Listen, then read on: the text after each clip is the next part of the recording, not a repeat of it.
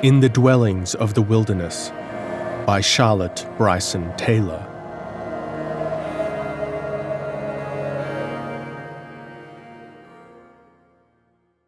There are more things in heaven and earth, Horatio, than are dreamt of in our philosophy. Hamlet, Act 5, Scene 1. Chapter 1. In the dark backward and abysm of time.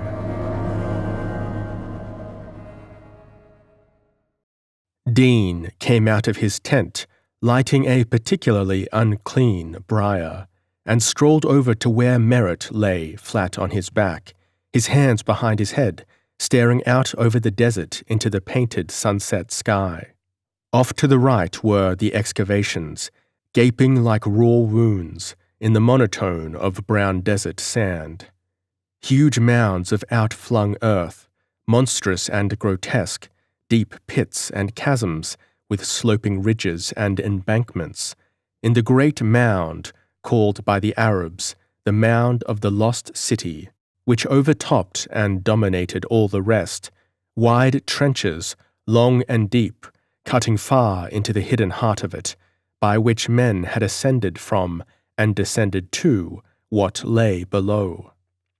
To the left were the small army of labourers, camped behind one of the smaller untapped mounds, intent upon their meagre supper of parched corn.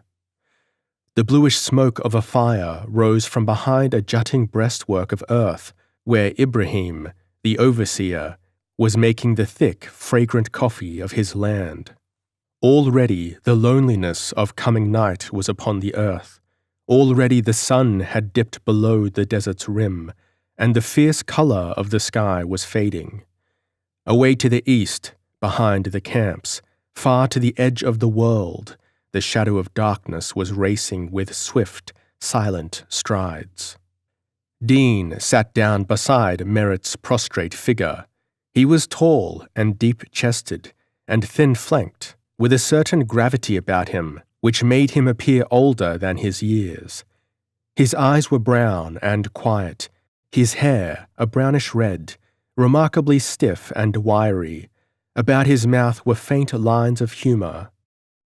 Merritt, short and thin and tough as whit leather, grey of hair and keen of face, moved a hand from beneath his head, tilted back the hat that hid his face, and looked up at Dean. "Where's Holloway?" he inquired. "He took his camera early this afternoon, and he said he was going to get some views of what we've uncovered of the North Temple." Dean replied. "Seems to me we ought to find more tablets in there somewhere, well-preserved ones. This place is modern compared with some of the sites of other cities we've come across." He eyed the excavations with interest, eager to probe the depths of their ancient mystery. Also, he wished that Holloway would return. Holloway was young and ardently imaginative, and one could talk to him about the spell of fascination which this mighty grave held for one, the thoughts of greatness risen and passed away, and lost which it conjured up. One could not easily talk to Merritt thus, because Merritt was an old hand at the business, eminently practical and hard as rocks, and matter-of-fact to his finger ends, apt to confuse sentiment with sentimentality, and consequently despise it. The sun sank below the horizon, and swiftly the world grew dark.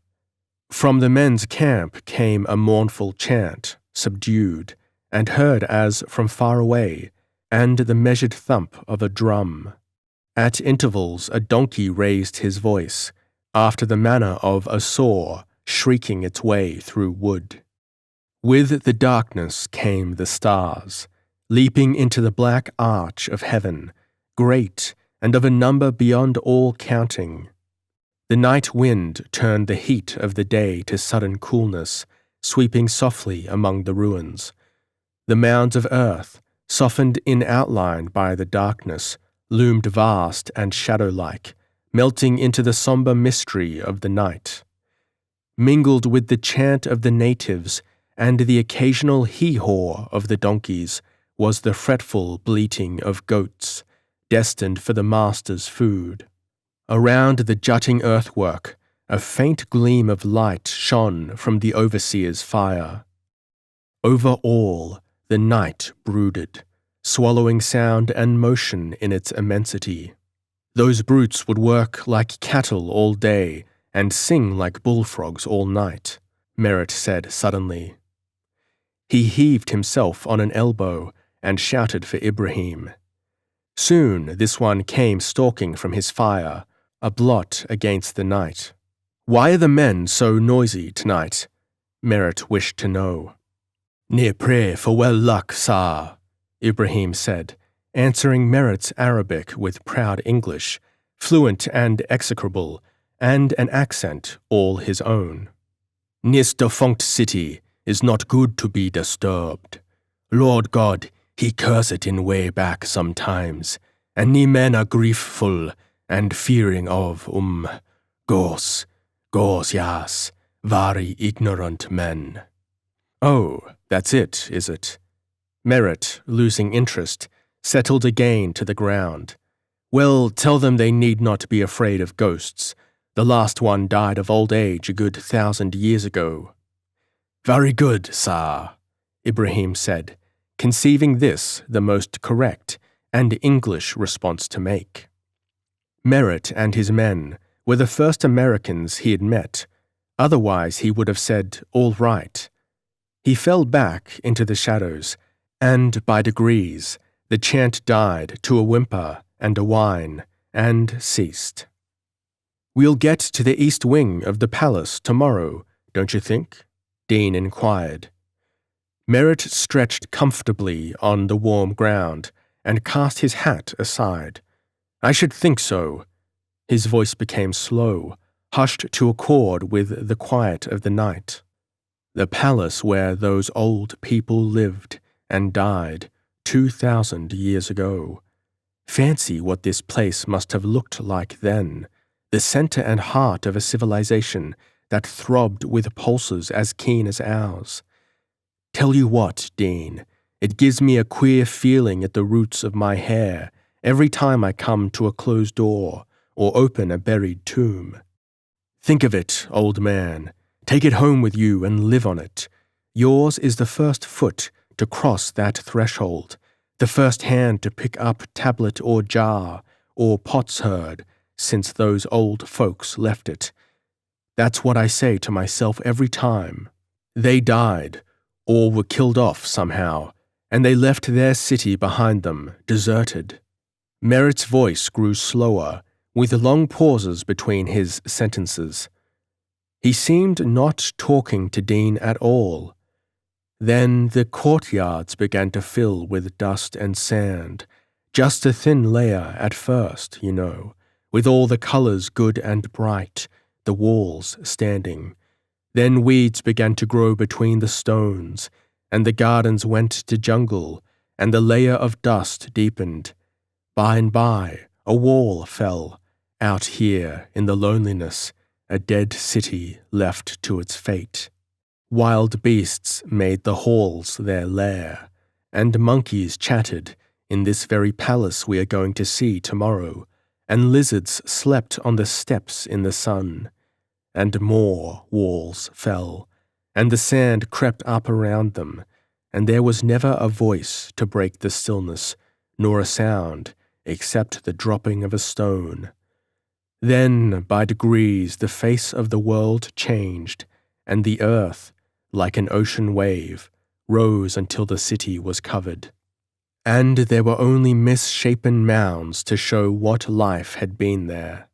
And the city was dead and buried, waiting for us, just us three, from the other end of the world, to lay it open to the light once more. Abruptly his voice ceased.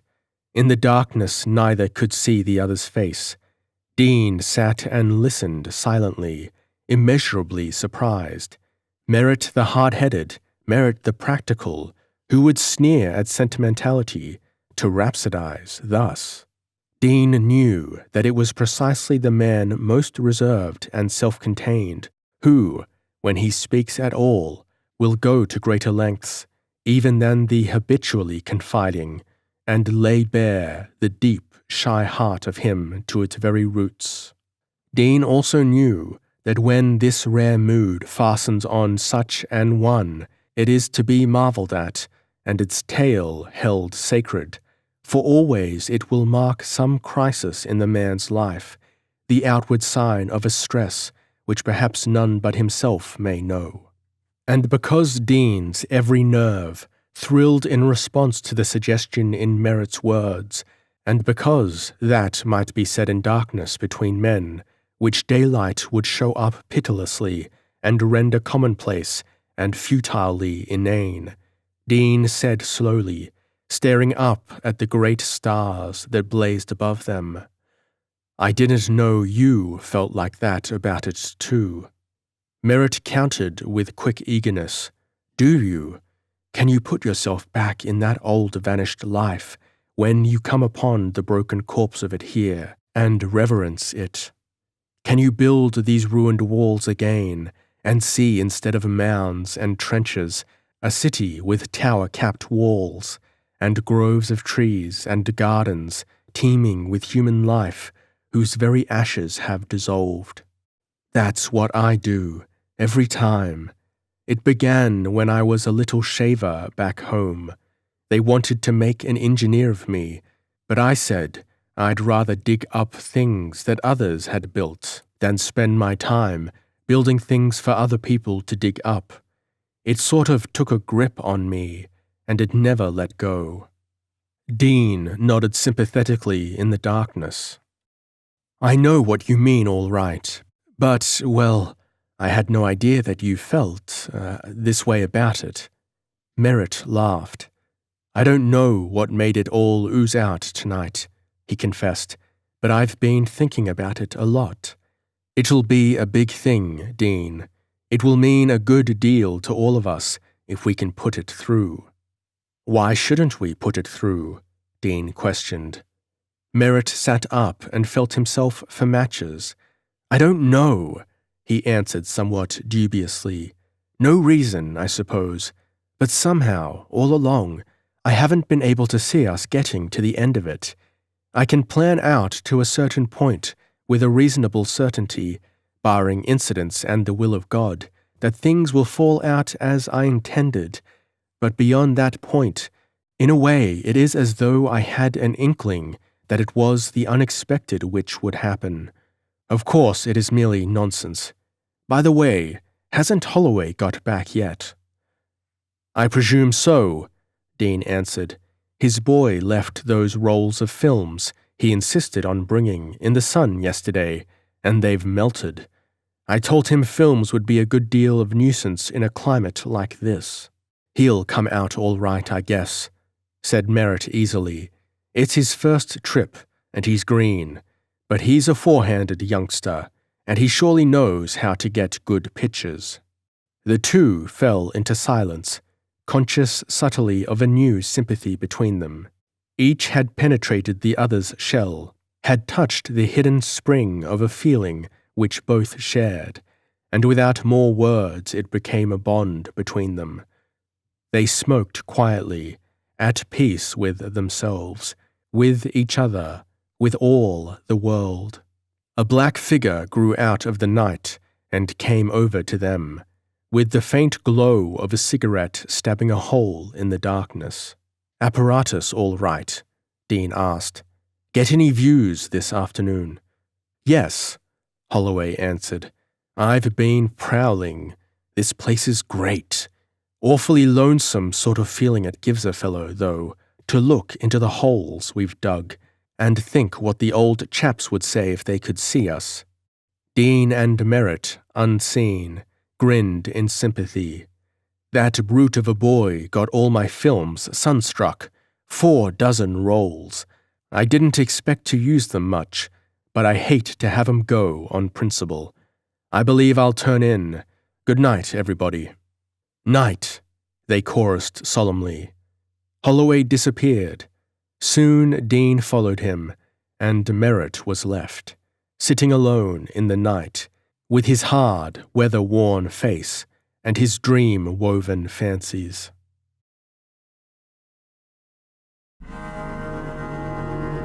Chapter 2. The Door Which Was Called Forbidden.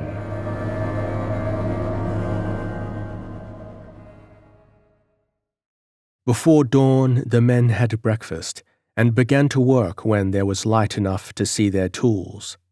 Holloway, trailing his tripod behind him, and followed by a boy with a case of plates, went from spot to spot, taking views. He was a cheery youth, lithe and active, with amazingly light hair, a pair of humorous blue eyes, a square-jawed face burned to a consistent and apoplectic scarlet, and hands much stained by chemicals. Merritt, his helmet jammed well over his eyes, climbed up and down the trenches tirelessly, a wad of crumpled plans in hand. He was in all places at once, keen, clear-eyed, practical, overseeing and directing, called upon for help and advice in all directions. The mood of the night had come and gone. Again he was as the world knew him. The labourers swarmed over and around the mounds like busy ants. At one end of a hill of earth and rubbish, a file ascended the steep steps of trampled earth which ran down into the trenches, unending, ceaseless, bearing baskets of dirt. At the other side, down more steps, a file descended with empty baskets. From the bottom came the thud of pick and spade, and the hoarse shouts of the foremen of the gangs. Above them was the clear morning sky, not yet heated to molten brass. Around them the desert, vast and soundless. Beneath them the fragments of an olden world, whose story was lost in the dimness of bygone ages. Ibrahim climbed agilely to the top of the trench which had been opened farthest into the mound, spied Dean making cabalistic signs in a notebook, using one knee as a desk, and hurried over. "Sir," he announced, swelling with importance and the pride of his discovery, "the men's find a wall, unruinated, with a door and a writing upon it. Where are Mr. Merritt?" "By the temple wall, with Mr. Holloway," Dean answered. "Go call him, quick." Ibrahim went, at a dignified dog trot, and Dean stuffed his notes into a pocket and ran down the trench to where the workmen, chattering shrilly, were gathering around a mess of debris. It was not the first find of the expedition, but each fresh discovery sent the same tingle of excitement through the entire outfit.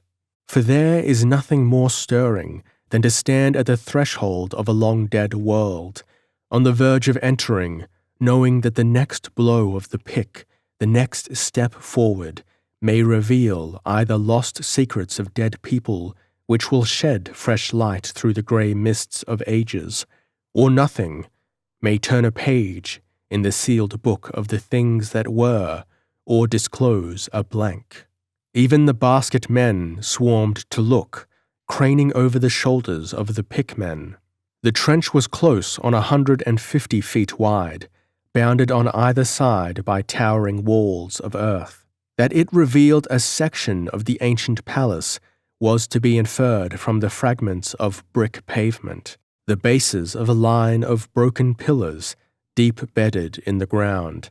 In the side of the trench where the men were gathered, a fragment of wall, rising nearly 10 feet in height, with a walled-up doorway, was visible. Merritt, arriving breathless, took command, restraining too ardent impatience on the part of the workmen. Carefully, the earth was removed, and the find laid bare. "Looks like a tomb," said Holloway, leaving his camera and coming up. "Bricks, laid in bitumen as usual. Hi, look out, you fellows.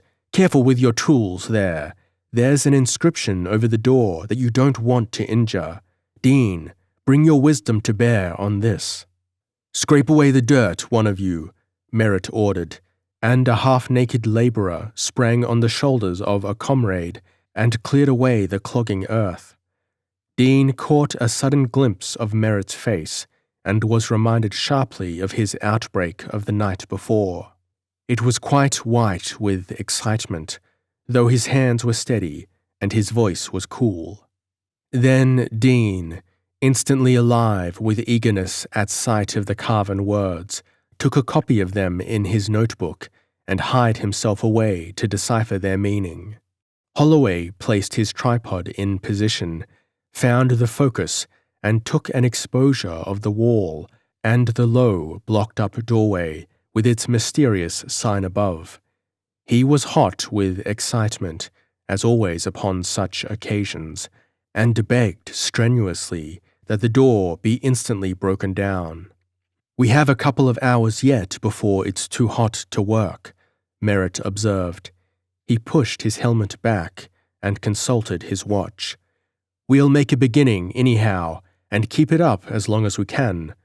From the appearance of the place and the plan of what we've unearthed, I should say that this tomb, or whatever it was, must have been several feet below what was then the level of the ground. Got it already, Dean?" Dean strolled up to the doorway, his pipe clenched beneath his teeth, his hat on the back of his head, and studied the inscription intently. Then he compared it with the copy he had made, and with various pages of his notebook. From time to time, he mumbled unintelligibly. At last he turned upon them. "I thought it was a tomb," he observed with satisfaction. "If I'm not mistaken, with this short time to go over it, the inscription says something like this: 'Whoso cometh, now or hereafter.' Hereafter. Yes, that's right. 'Wake not the soul that sleeps within.'" "He must have wanted to sleep sound, whoever he was," Holloway observed with flippancy. "Can't we make a beginning? If the old man's still here, I'd like to collect him before it gets too dark."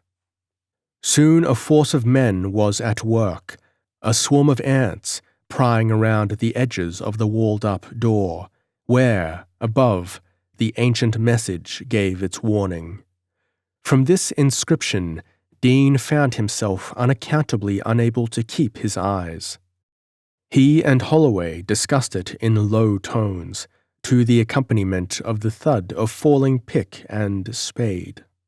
Holloway wavered between the seductive idea of buried treasure, whose owner had perhaps sought to guard it with a theatrical warning, and the bejeweled mummy of the king he wished to collect.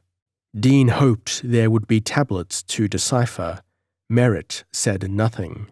When Holloway questioned, wishing his theories on the subject, Merritt answered shortly, "I'm not expecting anything in these countries anymore.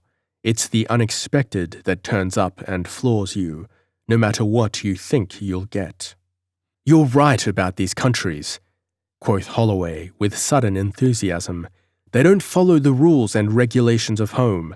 After all, I suppose, there's no reason why queer things shouldn't happen in queer lands. You don't understand 'em. You can't understand 'em. But my aunt, don't they catch you right where you live sometimes? There's something about these eastern lands that goes beyond the depth of a Westerner. It's in the very air of the place, and it's got into the people. I've knocked around some in India and Egypt and all that, but I know precious little about them, except on the surface, than when I began. There's something that gets away from you. You can't get close enough to it to analyze it. You know it's there, but you can't give it a name. Even the simple things seem somehow different. I've stood for hours outside a Buddhist temple, just listening to a woman praying that prayer of theirs, Om Mani Padme Hum, until I could almost fancy I was a Buddhist myself, praying with her. There's mystery all through it to me, and always will be. You see things and know them to exist, as well as you know anything, but can't account for them. And, well, Once or twice I haven't seen things, but I knew they were there all the same. I think it must be what's behind all this, the past back of it, that makes it so deuced queer. Why, when I was in Darjeeling—" But his audience melted away, and Holloway, his spirits nowise dampened by the curtailment of his reminiscences, went and helped the workmen dig, and sang their weird labor chants with them, with the harsh rattling chorus of pick and spade in them, and succeeded in infusing the men by his own overflowing enthusiasm, so that the work went on by strides. The sun climbed higher, and the heat became great. Some of the men showed signs of exhaustion. "We'll have to knock off for a while," Merritt said with reluctance. "It's 10 o'clock already. Dean, better keep your hat on if you're going up. It's hot enough in the sun to give you a stroke in 10 minutes. Dean sat on the stump of a broken column and fanned his flushed face with his grey campaign hat. "I've got a nasty headache on already," he admitted. "Hi, Ibrahim, go to my tent, will you, and get the blue bottle out of my medicine chest. The blue bottle, remember. It's the only blue bottle there. Put a spoonful in a cup of water and bring it here." Ibrahim departed. "Better try something a bit stronger," Merritt suggested. Dean demurred. "No, it's nothing but the beginning of a headache. Bromo will cure it quicker than anything." Ibrahim returned shortly with the cup. Dean drank his dose, put on his hat, and went off among the workmen to watch the progress. When a halt was called, the rubbish had been cleared away considerably, and some of the smaller bricks that blocked the entrance were out. Each man came up and peered solemnly through the gap, expressing disappointment when he saw nothing but blackness. Holloway created a mild sensation by declaring, with his wonted vigor, that he saw a pinpoint of light within. He was greatly chaffed, but stuck to his point manfully, even though he admitted that it looked queer, and he could not at all account for it. The men came filing up from the trenches to stretch themselves in the shade of the mounds. Holloway, being young and of indomitable enthusiasms, took himself off to develop his negatives, refusing to rest.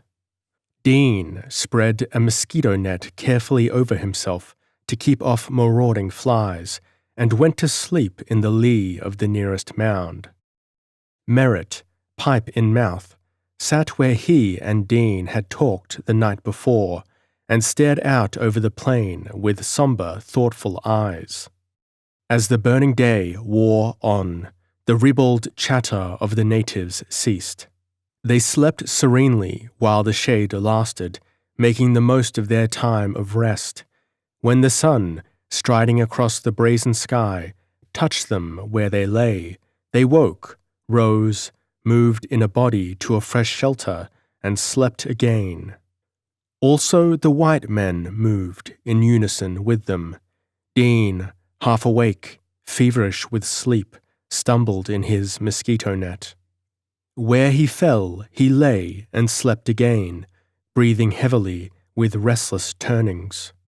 In his dreams was a vast procession of brown-legged creatures who trailed endlessly up and down, coming from nowhere, going nowhere, who, each as it passed him, emptied a hod of dry brown earth upon him, so that its weight pressed him down, and always down, into the earth, and shut in his ears. Whoso cometh, now or hereafter, let him not wake the soul that sleeps within. Each voice grew louder and more menacing, though he could not understand why the brown creatures should threaten him, and as he tried to escape, they piled more earth upon him, so that, as he smothered to death, he woke with a gasp to find Holloway's hands heavy on his shoulders, and Holloway's voice crying, "Get up, man! Oh, get up, I tell you! They've got the door down, and we're going in while the light lasts." Dean jumped to his feet, his head still aswim, casting aside the mosquito net, and together they raced down the trench to where a crowd had gathered about a 4-foot opening, yawning black. Nearest the entrance was Merritt, his face always pale with excitement, a shovel in his hands. He was as a detective who has found a clue to a tangled mystery, a miner who sees longed-hoped-for signs of gold. Above his head, the strange message blazoned forth its warning, the East guarding her secrets, even in death, from the eyes of the all-seeking West. To him it was never the routine of work, but the unfolding of a page whereon dead hands had traced the history of a vanished world. Over his shoulder he beckoned Dean and Holloway to him, stooping the while to peer into the low entrance. Before this was a mass of rubbish, with the bricks which had been removed. "Look in there!" he exclaimed. His words snapped like a whiplash. His eyes were keen and eager. "Does either of you see a light?" Instantly they craned closer. Dean said, "A what?" and glanced at Merritt apprehensively. Holloway ejaculated, "A light!" in incredulous italics. But then Holloway, gazing within, clutched Dean beside him and said shrilly, "It is! By George, it is! Didn't I say I saw a gleam when the first break was made? And didn't you rot me for it? But, oh my lord, how could a light get in there, 50 feet below the ground?" "A reflection of outside light on something burnished within," Dean suggested at random. Merritt lighted his lantern. "We'll have time to take a look," he said, quietly enough. "It's in a first-class state of preservation, the first chamber we've found not crushed in and filled with rubbish. Come along, you two, but bring your lamps." He picked his way through the debris and lifted one leg over the stone which formed the threshold, flinging the light of his lantern ahead.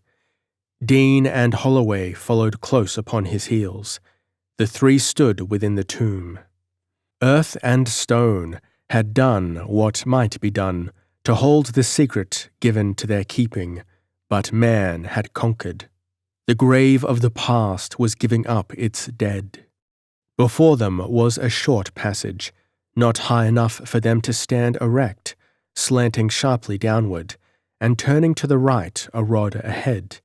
The angle of the wall hid what lay beyond. By the light of the 3 lamps, which cast itself into the blackness, it could be seen that walls and roofs were of great blocks of stone, roughly hammer-dressed. "I expected to find it caved in," came Holloway's voice from the background. "Think of the pressure on top." "Yes, but this was deep underground in the beginning. The intermediate layer of earth must have helped support the mass which gradually formed above. Besides, it would take a—" It was then that Dean, somewhat in the lead, turned the corner of the passage and gave back upon them with a gasp and an oath, cutting Merritt's speech in two. "There's something queer about this," he muttered. The turn of the passage led on a level a couple of yards farther. Here it was blocked by another entrance, likewise walled up. On a square stone beside this door stood a lamp of clay from which came, not a flame, but a pale radiance, as from some material highly phosphorescent within, dim and feeble as though all but burned out. It was as though some living hand had placed it there but a little while before, behind those sealed-up walls far down below the ground, a small atom of life, set in the midst of universal death, that smote them with an instant's shock as of something supernatural, not of earth. Merritt said, "Good God, look at that!" below his breath, and halted, as one in the presence of some power which had risen suddenly from the opened grave to mock at men. Confronting them thus, It was uncanny, a sentient thing with an individuality of its own. Dean, staring at it in fascination, said, "It can't have been burning here these 1,000 years, ever since that outer door was bricked up. Why, it's impossible. It's absurd. There must be some other way of entering. Someone must have been here before us." They drew together, all three, and looked at it with wonder and with awe. The suggestion of it held them silent. The unexpectedness of it left them blank. Holloway, peering among the shadows, said abruptly, "Turn your lanterns away a minute, or shade them so the light won't fall ahead. So, now." His voice fairly shook with eagerness. "Look over the top of this door. There's an inscription, see? Right over it, in big letters, and that lamp is placed precisely where it will throw light on it. That's why it is here, so that no one could possibly come to this door without seeing those letters. And when the light was brighter, they must have been plain as print. Read 'em, Dean, quick." Dean read, recognizing the word as one he had seen at times before. It was a single word, forbidden. But as they moved forward to look at it, the pale radiance, shining for untold years in that silent place, brightened in the wave of air they swept on with them, burned bravely an instant, and went quietly into nothingness. At once the clutch of death, held 1,000 years at bay by its faint spark of life, settled heavily on the place. Merritt gave an exclamation of bitter disappointment. "This must be where the old king lies," Holloway observed. "Shall we try it now? See here, these stones aren't 1/5 as heavy as those outside. By George, here's one I can move. It might as well be dark as daylight, because we'll have to work with lanterns anyhow. I'll call up Ibrahim." Ibrahim came, with 2 men and weapons of attack. The passage was too narrow to admit more than 2 working at once. As it was, they were cramped for room and gasped for breath. But by degrees, each man taking his turn, the door was broken out. Merritt, trimming his lamp afresh, stepped inside. Those waiting heard a stumble and a shout. "Come in, you fellows. Bring lights. There's something here." Promptly, the 2 were after him. As they came, Merritt cried out sharply, "Take care! You'll step on it. It's lying just inside the threshold." Dean, entering first, threw his light ahead and saw a thing huddled close to the door. Over it he stepped with care and stood inside beside Merritt to examine. Holloway, half in and half out of the low doorway, peered down at them. Over his shoulder, Ibrahim stretched his swarthy face. "It's a mummy, sure enough," Holloway said, holding his light close. "But it's not wrapped in bandages, and it's not in any mummy case, just naturally dried up, I guess. Turn it over, Dean."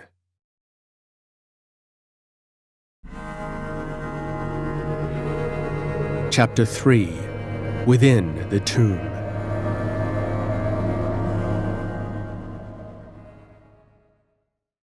By now the lamps had steadied to brighter burning, so that the tomb was thrown into the light. It was low and square and very small, and around the walls were paintings, still more or less preserved, whose subjects they did not then stop to ascertain.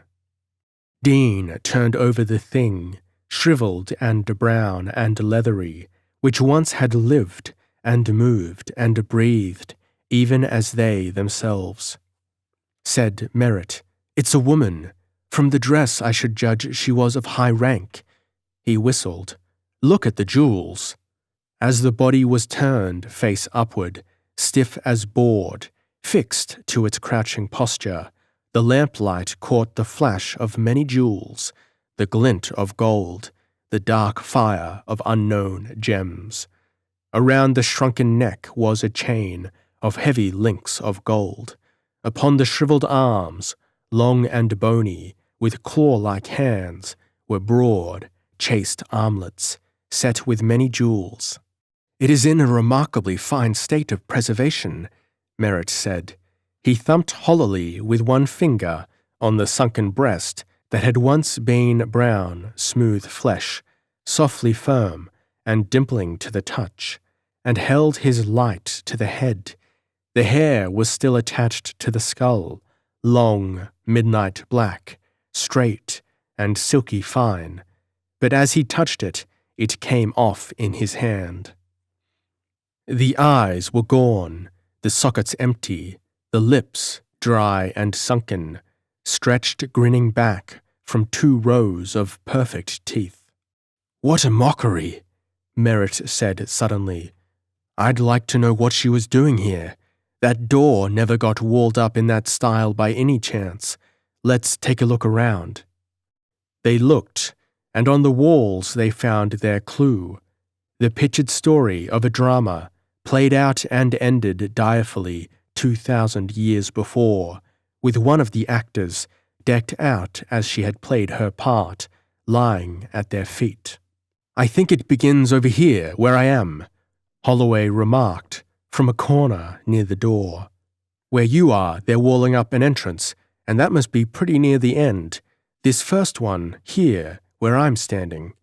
They prowled around the walls, jostling one another in the smallness of the place, holding their lanterns close. Holloway, he of the ardent fancy, slapped his knee all at once with an exclamation. "I've got it. At least it fits in with all the details we've found. She must have been of royal blood, for in that 4th picture she's with the man with the black beard, who has the symbol of royalty, and she's nearly as large as he. In this first scene, she's making love to this duck in the white skirt, who is very much smaller, to show he's a mere man. He's coy, and has his hands before his face. I suppose that means he does not want to come into the game. Those 3 other fellows who are lying on their backs over here must have been the 3 chaps who did not come to any good end by her. They all have their hands over their faces, you see. Same position as the leading man.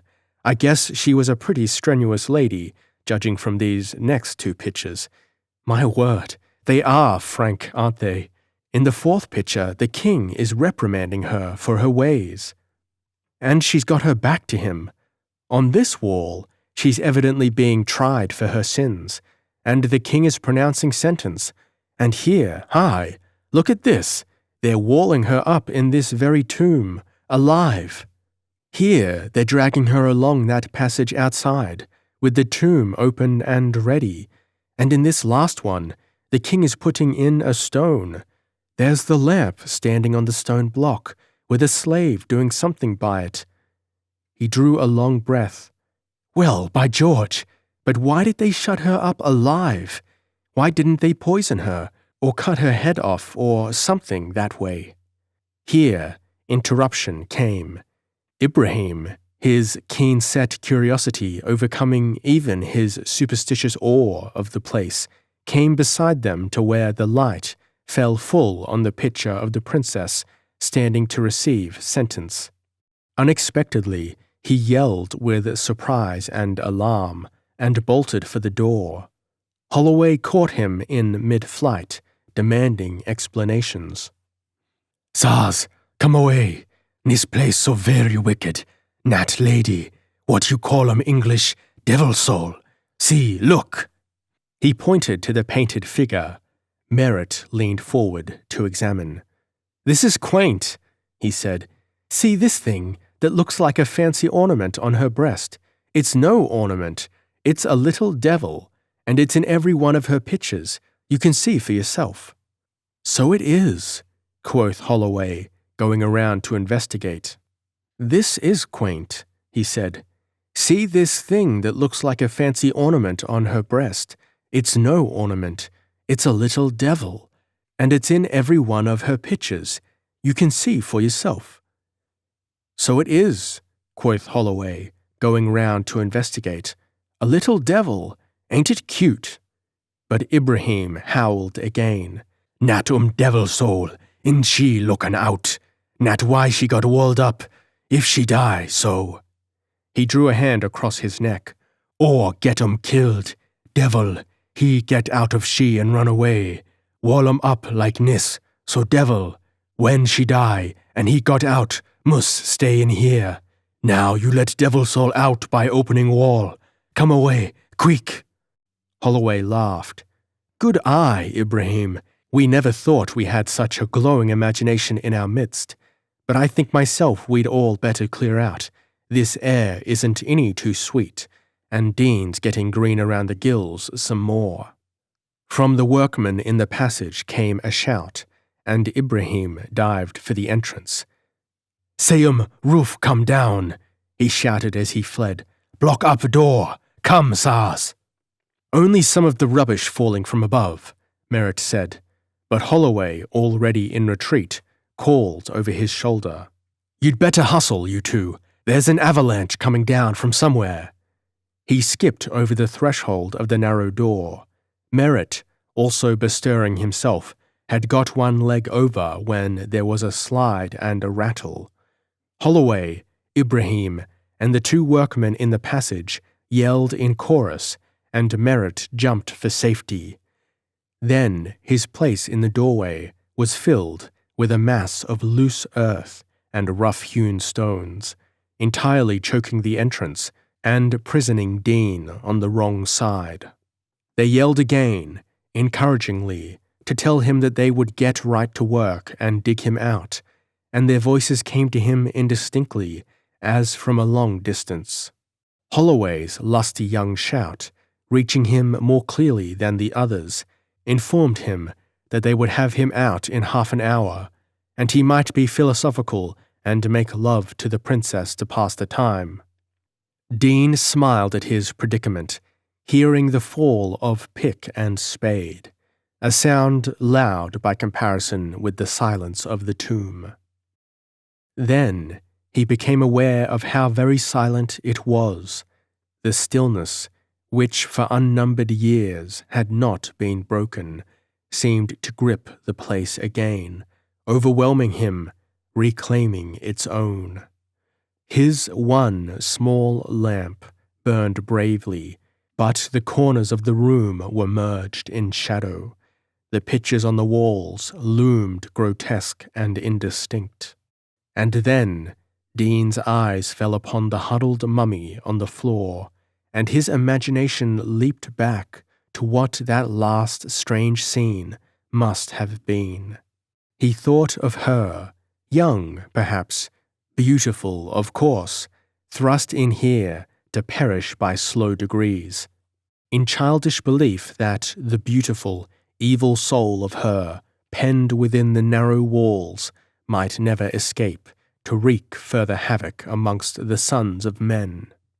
For some time he amused himself with such fancies, sitting on the floor, his hands clasped about his knees, his eyes on the jeweled mockery in the corner. Quite suddenly he became conscious of the heat and the closeness of the place, and felt that a light sweat broke out on brow and hands, became conscious also of a certain mistiness in the tomb, in which the flame of his lamp glimmered wanly. "I wish those fellows would hurry," he muttered resentfully. He lifted his head abruptly, a new expression upon his face, his eyes agleam with an eager perplexity. "What in thunder is it? I thought I got a whiff of perfume. Jasmine, by Jove." Presently he shook his head. Too elusive. Another freak of the sun. None of the fellows use scent and stuff. And as for the natives, he broke off to chuckle. Anyhow, this place is getting confoundedly close. In the stifling atmosphere of the tomb, he realized that his head was swimming curiously, his brain was dizzy, his hands grew cold. With a new inspiration, he said, "Now, by Jove, I wonder if Ibrahim got hold of the right bottle." He became quite convinced that he had taken the wrong dose, and was filled with irritation against Ibrahim. He argued peevishly that it must have been the wrong dose, or he would not be feeling so uncommonly queer.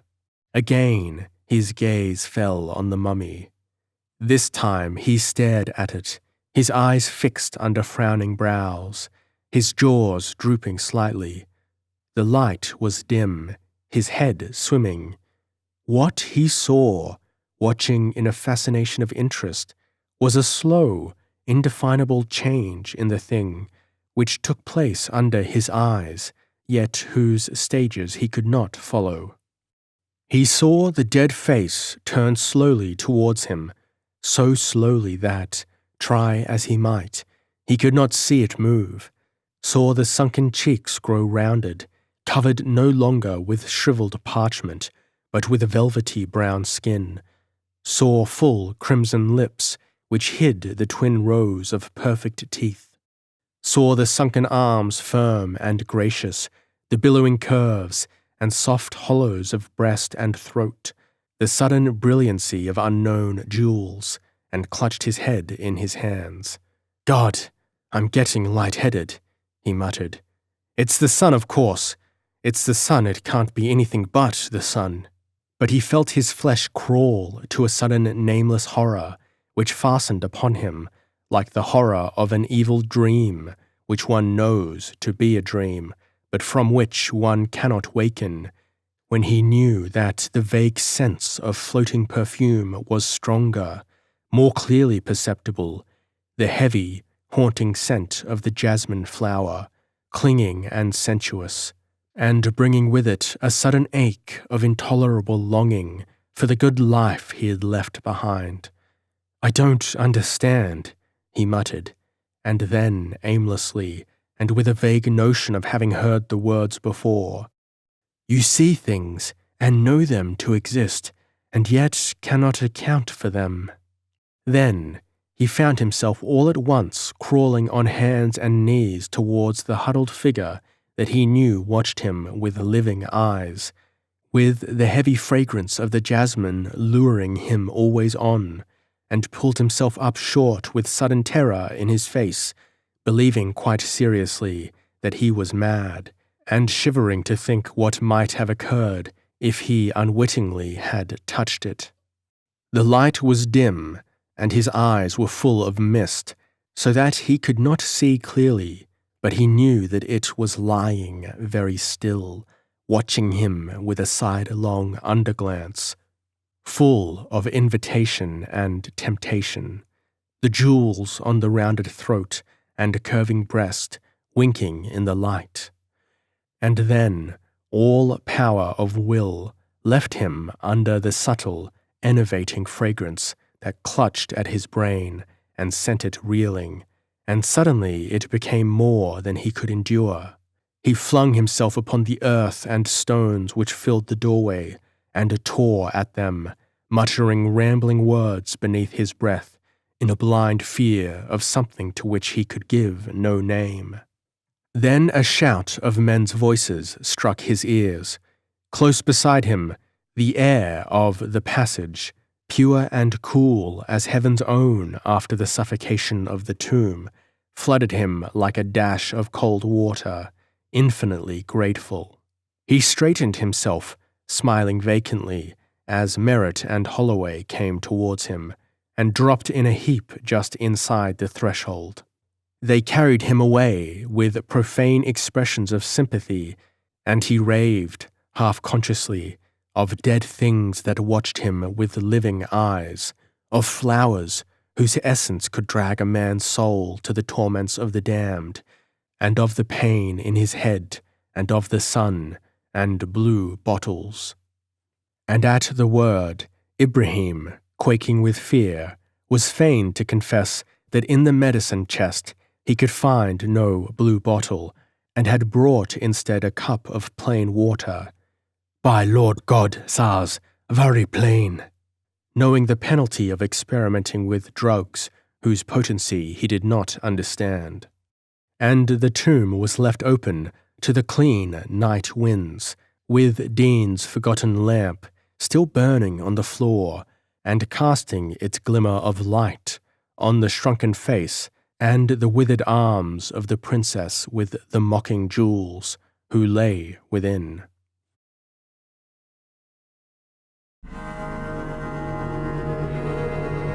Chapter 4. The Woman Tempted Me.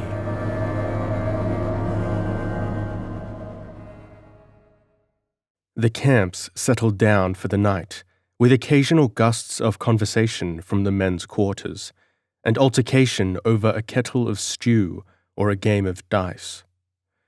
Holloway strolled up to where Dean and Merritt sat smoking, after supper, his hands in his pockets, a cigarette between his teeth. Dean had a wet cloth bound around his head, and looked dissipated. Merritt was placid and thoughtful, resting contentedly in the memory of a good day's work behind him. This is greatly conducive to bodily and mental comfort at nightfall when the springs run down. Holloway said casually, "Which case have you packed the mummy in for shipment?" "Haven't packed it at all yet," Merritt answered, tapping the bowl of his pipe against his boot. "There was no time today. Between Dean's doings and the rest of it, it will be safe enough in the tomb until the morning. These affairs would not touch it for unlimited back sheath. And anyhow, Ibrahim is on guard to see that they don't go monkeying around." "Not packed it?" Holloway repeated. His voice held a faint inflection of surprise. "Well, it's not in the tomb. It's gone." Merritt straightened up and looked at him. "How's that?" he demanded. Said Holloway patiently, "I thought you must have packed it, because it is not in the tomb. I was there not 15 minutes ago, and Ibrahim was not there. He was eating his supper with, what's his name? Hafiz, the cookie. I bet those beggars have swiped it to loot the jewels." Dean and Merritt answered nothing. Simultaneously they rose and made for the trenches. Holloway went after them leisurely, his hands in his pockets. Halfway down he met the two returning. Both were ejaculating profanely. "Well," said Holloway, "was I right? Now there'll be the devil to pay." "Right, yes," Merritt snorted. He gained the level, shouting for Ibrahim. The three seated themselves in solemn tribunal, out of earshot of the camp. Ibrahim came, serenely innocent. Merritt questioned in the vernacular, "You stood watch, Ibrahim, after we left the tomb?" His tones were honey-sweet. "Oh yes, sir." Ibrahim's voice was bland. Also, he persisted in his English. "For how long?" "Until ni supper. My belly he cry for goat stew and cakes. Sirs, he roar, so I went. Say I to me, eat a little bite, and come back quick.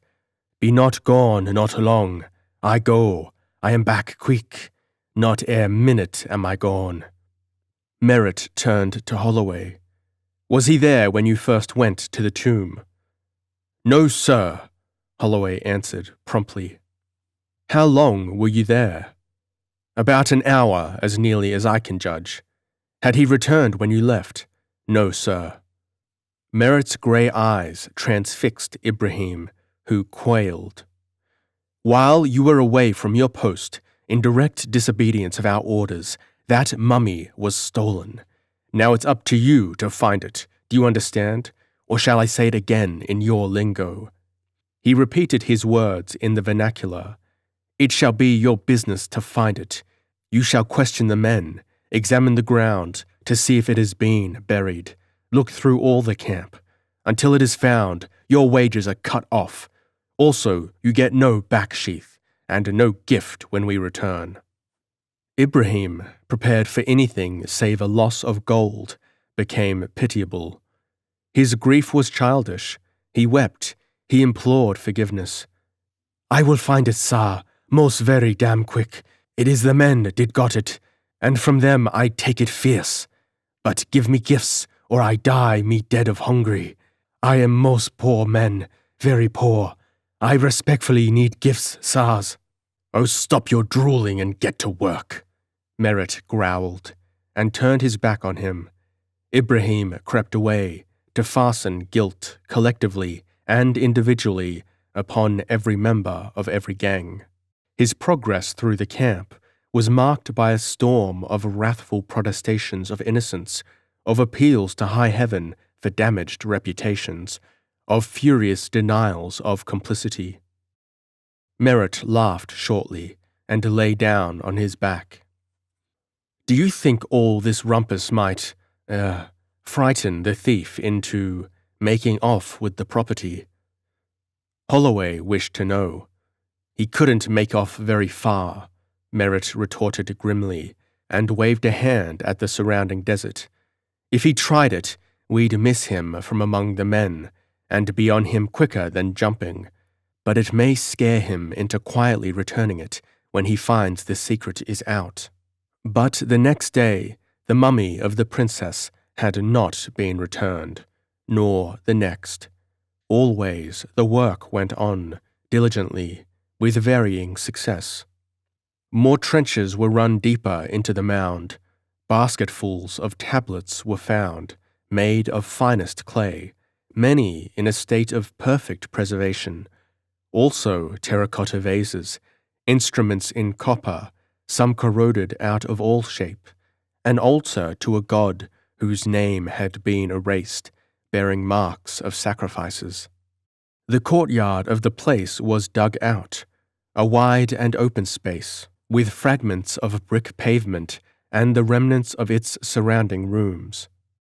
Of these architectural details, Dean drew careful plans, noting their dimensions, the average height and thickness of their fragmentary walls, their drainage and ventilation. Squeezes were taken of inscriptions which could not be removed. The ground was carefully surveyed, the buildings photographed and described, preparatory to carrying the excavations to a lower level, where Merritt believed relics of a greater antiquity could be found. Again, other days were barren, and it was then that Merritt became sore over the loss of the princess. When things went right, he forgot her, in joy over some fresh acquisition. When things went wrong, he reverted to her, and mourned for her inconsolably. "I was going to give the thing to the National Museum in Washington," he lamented bitterly, "and now, through the infernal greed of a fool of an Affe, it's lost. What's going without your dinner a time or two when a thing like that is in the balance?" But the fool of an Affe still held the center of the stage, and was minded to make the most of it. Dean caught him one evening, purloining wax wherewith to plug up a gruesome gash, after the manner of desert surgery, and bound up the wound himself in proper style, so that Ibrahim, feeling himself sadly ill-used and outcast since the day of his disgrace, became grateful, and, always in his painful English, informed him that the night before a workman had disappeared, not returning with his gang at sunset, and that the man who had seen him last was in the camp, very sick. All this Dean dutifully reported to Merritt, and Merritt grunted sleepily and said, "The fellow's gone to sleep behind one of the mounds. He'll turn up in time for breakfast, never fear." But he did not turn up in time for breakfast, and the sick man was sicker and wished to die. Asked by curious comrades as to the cause of his distress, he replied that he would not tell and did not wish to talk, so that he received scant sympathy and his attendance dwindled. It was upon this night that Dean dreamed of being again a prisoner in the tomb, with the living eyes in the dead face watching him as he fought his way to air and life. Only this time the face seemed not at all dead. The skin was brown and drawn tight across the bones, but in the face there was an expression, lust and cruelty, and a triumph which was of evil. He woke bathed in sweat, with a feeling of suffocation such as had choked him on that unforgettable day in the airless tomb. For the first time, he was struck with a sense of impending evil. Though, when he woke again, this had vanished wholly in the brave morning light. It was within a day of this that a certain uneasiness made itself manifest among the men. In the evening a deputation visited Merit, and set forth their troubles at great length. They made Ibrahim their spokesman. He revelled in the chance of exploiting his English, and made the most of it. Sir Merit will not forget that it is a cursed city, accursed by Lord God in very long time ago. There may be bad affairs, very bad, which we shall see. It is not good to unbury what is bad. There is an altar of a most wicked Lord God, which men say shine all night. Spooks are here, all around. We did got very great spooks in this land. The men don't not like him. Hafiz, he cook, see a ting last night, make very sick. He pulled forth Hafiz by the tail of his short and dirty cotton garment. Hafiz was unwilling, but seeing himself surrounded, hearing himself bidden to speak, spread out his hands, and said rapidly, It is a thing, O my masters, which comes from the mound at night time, swaying as the corn sways in summer, very light, beckoning men to follow. Tafa, he who went and came not back, saw and said it is the god of that altar we have profaned. The desert has swallowed him, for it is 3 days since he hath gone. Then he called Allah to witness, for he was a good Mohammedan, that he intended no meddling with unseen things, that he was forced to obey orders, and that he was a flower in Allah's hands. I don't understand what's got into the brutes, Holloway said fretfully. They're just a bit nervous, Merritt assured him. It seems as though this place always had a bad name, from the earliest times. The men are superstitious, and they don't know exactly what they're up against. I think Tafa is responsible for the mummy, and invented the tale of the shining altar before he left, to throw us off the track. Yes, he's undoubtedly the thief, but he won't be such a fool as to cross northward without water or provisions, and Cookie says he took nothing from the stores, and the only other practicable route would be southward. So when we go back that way, we'll find him, or what's left of him, and it. But the rocks, suppose he makes for them, Dean suggested. At this idea, however, Merritt scoffed. Why should he go there? His main wish, I take it, would be to get into the track of caravans, where he might find help. He'll throw the mummy away in the desert, and hide the jewels in his shirt. Among the rocks he might as well go north and be done with it. No caravans pass within 50 miles of the place, and then rarely.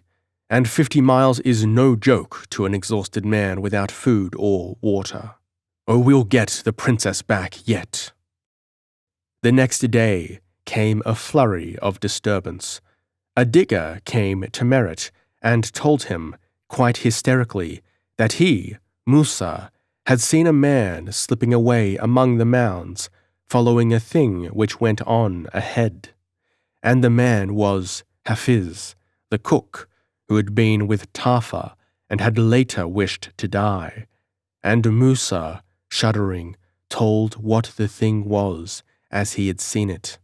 Master, it was near to dark, and I and Hafiz took food and went to the shade of that mound and ate. He waved his hand at the hill of upturned earth and rubbish at a distance upon the left. And just as the sun sank, in that moment before night fell, there came a breath of air from the gardens of the blessed souls in paradise, slow and soft as the whisper of women's voices, And it came slowly around the mound and looked upon Hafiz and beckoned. And the desert was no longer a desert, but as a garden filled with the scent of roses and the song of bulbuls. And it was a woman, master, as Allah lives, a woman here in this place, where a woman had not been before, and her eyes were dark and her mouth red. She stood swaying just in the shadow of the earth and beckoned, and I cried out in fear, but Hafiz would follow. And when I would have held him back, he cursed me and went, following that woman who laughed and beckoned, for the sweetness of her was in his nostrils, and her will was to be obeyed. And when I, fearing greatly, went around also, I could not see them, for the darkness of night had come. Masters, she was beautiful and very evil, and her jewels were such as none had ever seen before upon the earth. Merritt turned sharply upon Ibrahim, who stood behind him. Did I not tell you that liquor was not to be brought along for the men?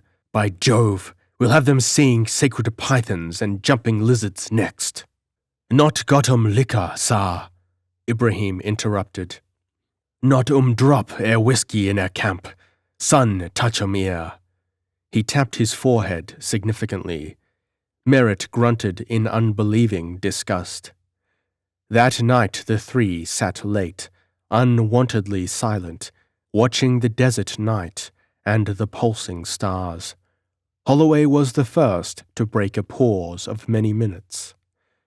These men aren't children to be scared of shadows. I think this thing ought to be sifted, and when you come to think of their point of view, this is a pretty weird sort of place. There's a plenty to cook up a rattling good ghost story out of it.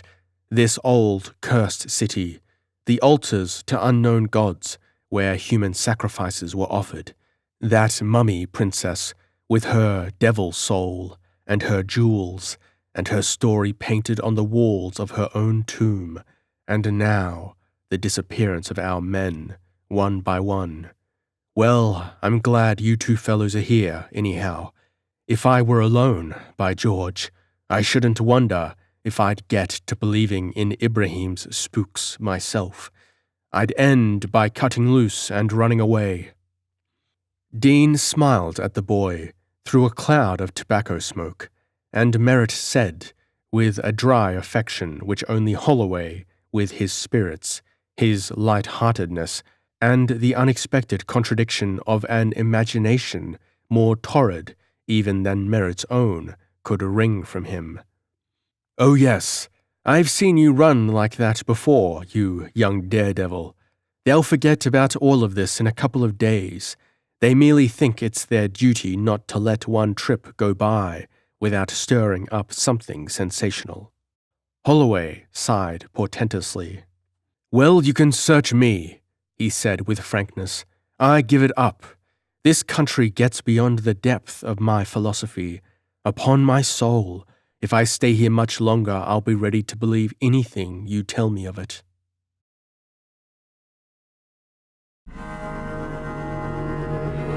Chapter 5. A Touch of the Sun.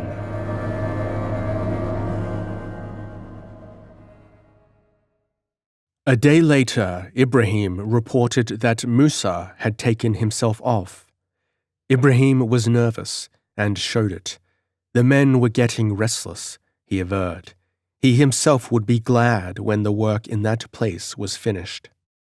It was an unholy spot. Furthermore, he declared that he had seen Musa the night before, and Musa had behaved peculiarly, had talked of rose gardens and strange perfumes to which no man could give a name, and had said that if he saw the woman again, he was determined to follow her. Wherefore Musa was undoubtedly mad, Ibrahim said with great solemnity, for Lord God knew there were no women around that camp, neither was there any perfume, save the reek of the cattle pen.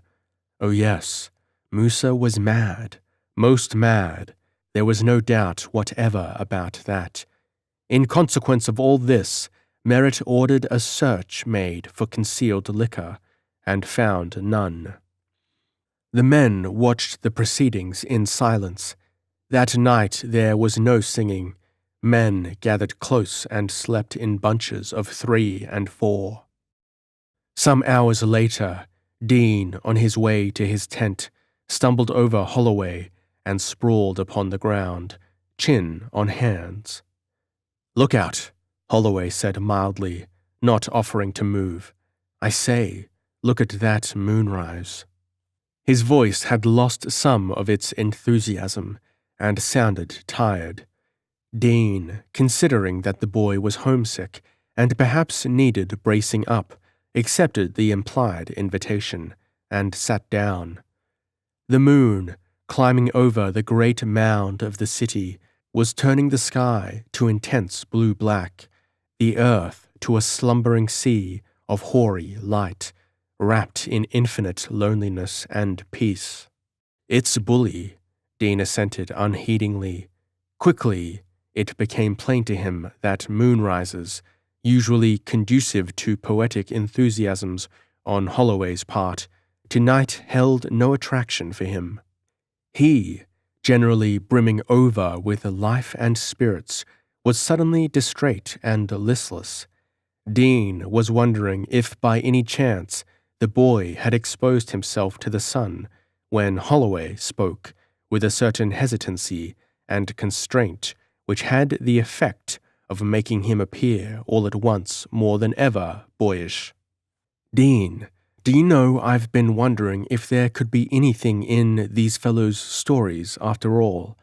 I don't mean any of that rot about a woman, but I saw something myself tonight." "Where?" Dean answered with equal seriousness. The darkness hid a smile of amused tolerance on his face. "Down among the tombs." Holloway's voice was solemn. "Perhaps a goat got loose," Dean suggested hopefully.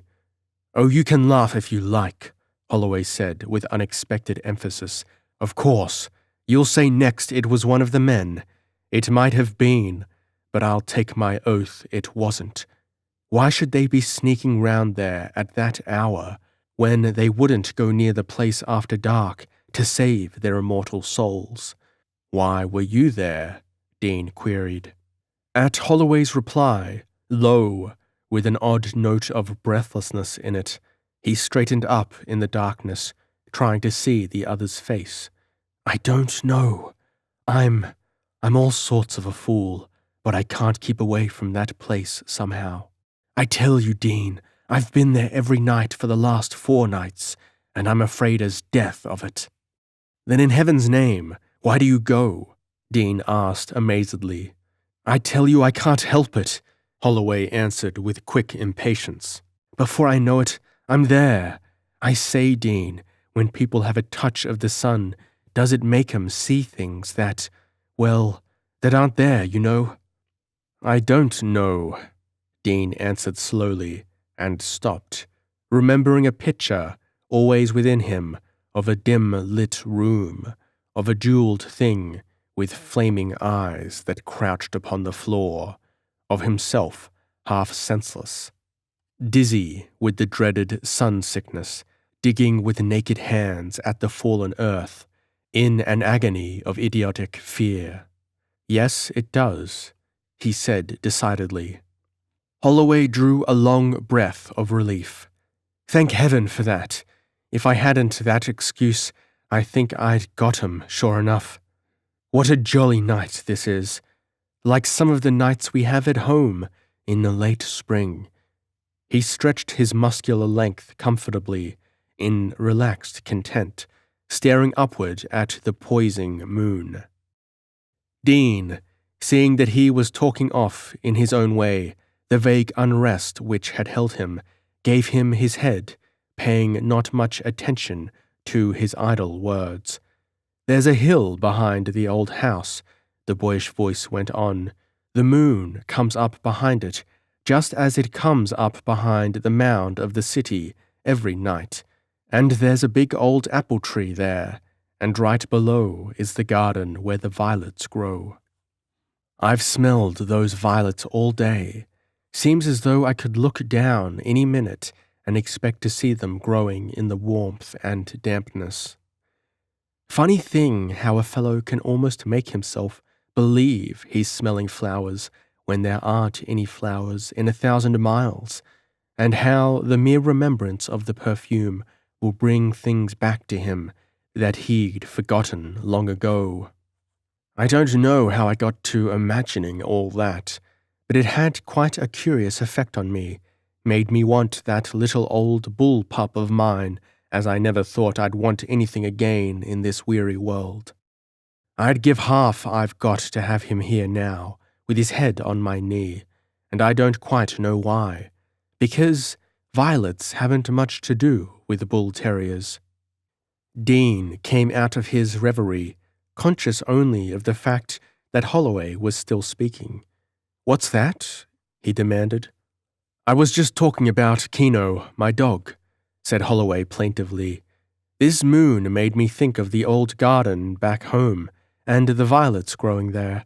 I swear I can almost smell 'em now, and one thing and another made me think of that pup of mine. He's about the only one I've got to think of now. Go to sleep again. Don't mind me. I wonder if it's one of the phases of this beastly sun sickness. If it is, I've got a touch, sure." "Is what one of the phases?" Dean queried sleepily, as Holloway paused, expectant of an answer. Smelling perfumes that aren't there, and that sort of thing. Why, what's the matter?" Dean sat up and laid a hand on Holloway's arm and shook him gently.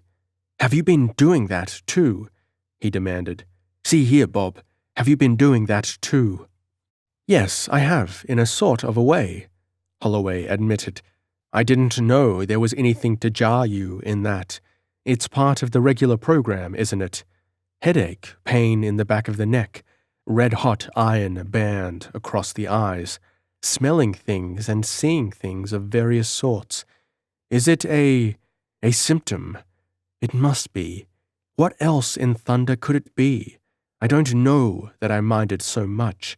It isn't unpleasant in a way, but, I don't know. It made me so damnably homesick." He stopped on the word and moved uneasily in the darkness. "I'm talking rot," he said firmly. "Guess that's a symptom too. Well, I believe I'll turn in." He eyed his own tent, standing farthest off, white in the moonlight. "Better take yourself in hand and get rid of these attacks," Dean advised him kindly. "The sun is not a thing to be treated lightly in these parts, you know." As Holloway moved away, slowly, he watched him with narrowed eyes.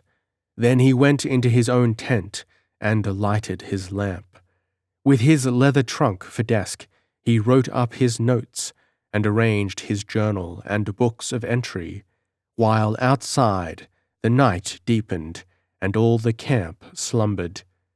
Later he put away his papers and prepared for bed. As he stretched out a hand to extinguish the lamp, he stopped suddenly, head bent, listening intently. On the other side of the wall, close against the canvas, was a small sound as of a heavy body which had brushed against it in rolling over. Dean removed his boots and went noiselessly to the door. He peered through the flap into the moonlight, abruptly drew back with a quick intake of breath. "Good Lord," he muttered, "that boy, camping down here in one blanket instead of sleeping decently in his tent. Is the youngster crazy?" An instant, he thought rapidly.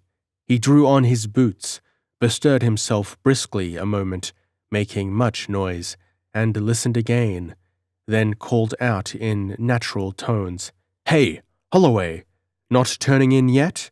Come in." He grinned as he heard a confused body of surprise on the other side of the tent wall, then a step. "Come on in. he invited heartily, flaps loose, and bent over his journal assiduously. Holloway entered, and Dean faced around, leveling a keen glance at him. "Sure, I won't disturb you," Holloway asked, and at the tone of his voice, Dean's glance became keener. "Not at all," he answered. "Fact is, I'm glad you came. I heard, your steps passing, and thought I'd get you to come in. Do you happen to remember which case the squeeze of the library inscription was packed in?" "I don't believe I do," said Holloway.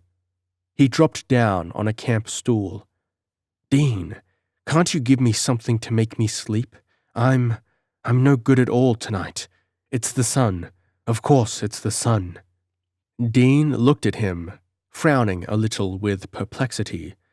He sat tensely, gripping the edge of the camp stool with both hands. His face was pale, his fair hair wildly rumpled. His jaws were set, but from time to time the corners of his mouth twitched. On one shoulder was a long smear of earth. All at once he turned restively under Dean's eyes. "Oh, cut it off!"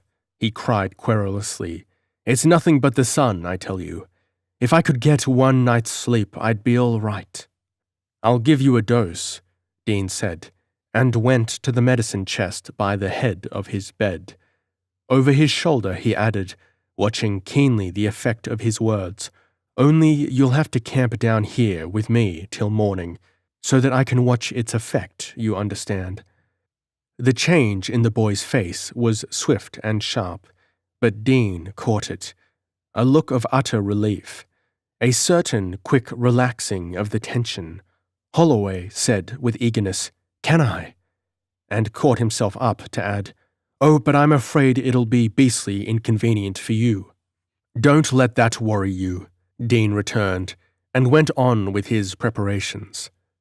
From their net he took 6 limes, and into a tin cup poured cool water from the porous water jar which hung at the tent door. He squeezed the lime juice into this, added a scant allowance of sugar and a dash from a blue bottle, and shook the whole up in a mixing glass.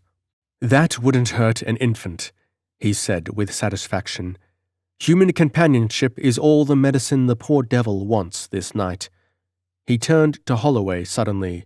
"Here, old man," he said, and saw that Holloway jumped at his voice as though he had been shot. "Drink it slowly. It will help things along some, I think." Holloway took the cup, with thanks and high faith in its sleep-inducing properties, and sipped docilely. Dean made sundry preparations, whistling softly through his teeth.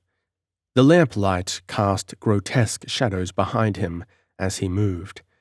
"Now get yourself to bed as quick as you know how," he ordered.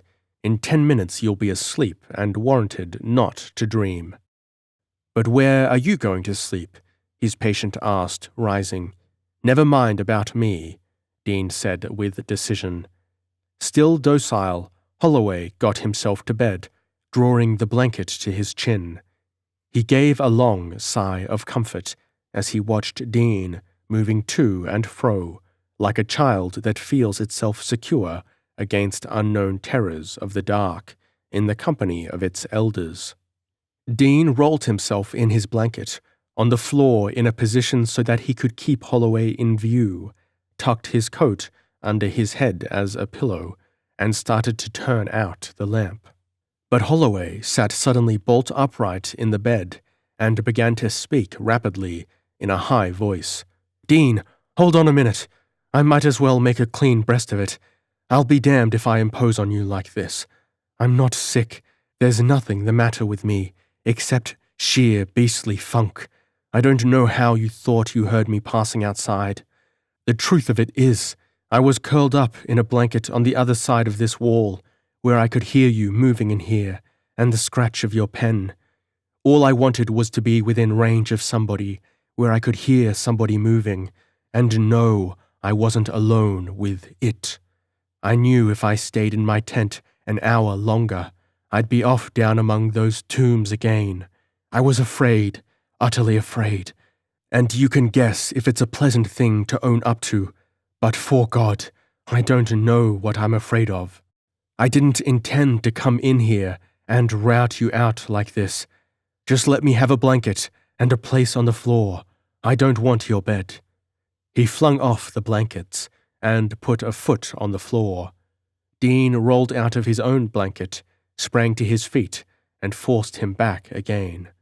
"You stay right where you are, Bob. This business has got on your nerves a bit, that's all. Man alive, don't worry about the bed. Hope you don't think it's the first time I've slept out of one. And I'm jolly glad you came to me if you felt like that about it. It's not a good thing for a fellow to be alone when he begins to get floored this way. Now go to sleep, will you?" Holloway subsided. Dean went back to his corner and lay down. There was a long silence. Unexpectedly, Holloway said, in matter-of-fact tones, from the depths of his blankets, "I say, this is a hell of a place, isn't it?"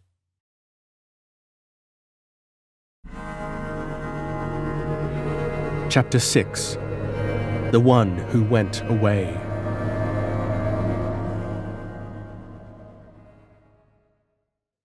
In the morning, when Dean awoke, he found his patient departed. At breakfast in the grey dawn before sunrise, Holloway appeared, exceedingly dignified, carefully unconcerned. Dean showed wisdom by making no allusion to what had gone before, so that, by degrees, Holloway's dignity relaxed. During the morning, Dean spent most of his time in carefully packing cases of antiquities for safe transportation. Merritt, as usual, was in the trenches with his men. Holloway took photographs indefatigably. He swore quite savagely at his boy when the latter spilled a pan of fixative, and this was a thing unusual to Holloway's blithe good temper. Later, he and Dean fell out over a question whose seriousness at one time threatened to plunge all three into civil war. Dean opened the fray by declaring, apropos of dinners, that the only proper way to create a cocktail of the genus martini was to add a half-spoonful of sherry after the other ingredients had been satisfactorily mixed, if at all. Holloway declared with vigor that the sherry should go in before the vermouth, in order to blend properly, and announced that he would concoct a specimen on this plan for Dean at the Waldorf the night they reached New York, and stand him a champagne supper if his theory failed. They argued warmly. Merritt, rashly undertaking to mediate, was speedily placed hors de combat, and forced to retire ignominiously. The contestants waxed eloquent in invective, losing sight completely of the casus belli. In the end they parted, sulkily as two angry children, thereafter ignored each other in high disdain. Merritt, sorely perplexed, strove to pour balm into their wounds, with assurances that both were right, that either way was equally good, and that the sun was responsible for their, irritation, whereat Holloway retorted that the sun had nothing whatever to do with it, that it was merely the obstinate pig-headedness of some people who could see no other point of view than their own. To this Dean replied that it was not even this, but, and stopped short, so that Holloway, imagining a taunt where none was meant, glared at him in fury and strode away. "Now what's got into him?" Merritt exclaimed, half irritated, half amused. "I guess he imagines I was going to twit him with something that happened, once," Dean answered lucidly. "He ought to be taught not to go around with a chip on his shoulder. It's disgusting bad form. I never would have thought of arguing with him if he had not taken the words out of my mouth." He was very busy all that afternoon. Occasionally, over his lists and identification slips, He found time to grin, somewhat sheepishly, at the futile squabble, also for a faint patronizing resentment at what he was pleased to term Holloway's crudeness. At supper, Merritt glanced around, as though all at once missing something, and said, "Where's Holloway?" Dean helped himself to canned apricots and answered tolerantly, "Still sulking, I suppose. He doesn't usually go off the tether like this. I always thought him a pretty good-natured sort of cub." "So he is," Merritt answered. "Seems to me you were a bit rough on him, Dean. The sun in these parts has a trick of upsetting a fellow once in a while, and the boy isn't seasoned timber yet. Now about that perpetual lamp, I shall give it to Dr. Peabody at the museum in Washington, with a written description of the circumstances under which it was found. I haven't touched it, beyond packing it away in the D case. He can extract whatever is inside. It may solve, or help to solve, the problem which men have been working over a good many years, the secret of perpetual light. I wish it to go on exhibition, with some of the tablets and vases, when our men are through with them. How are the squeezings coming on?" They smoked peaceful after-dinner pipes and talked over their plans and projects.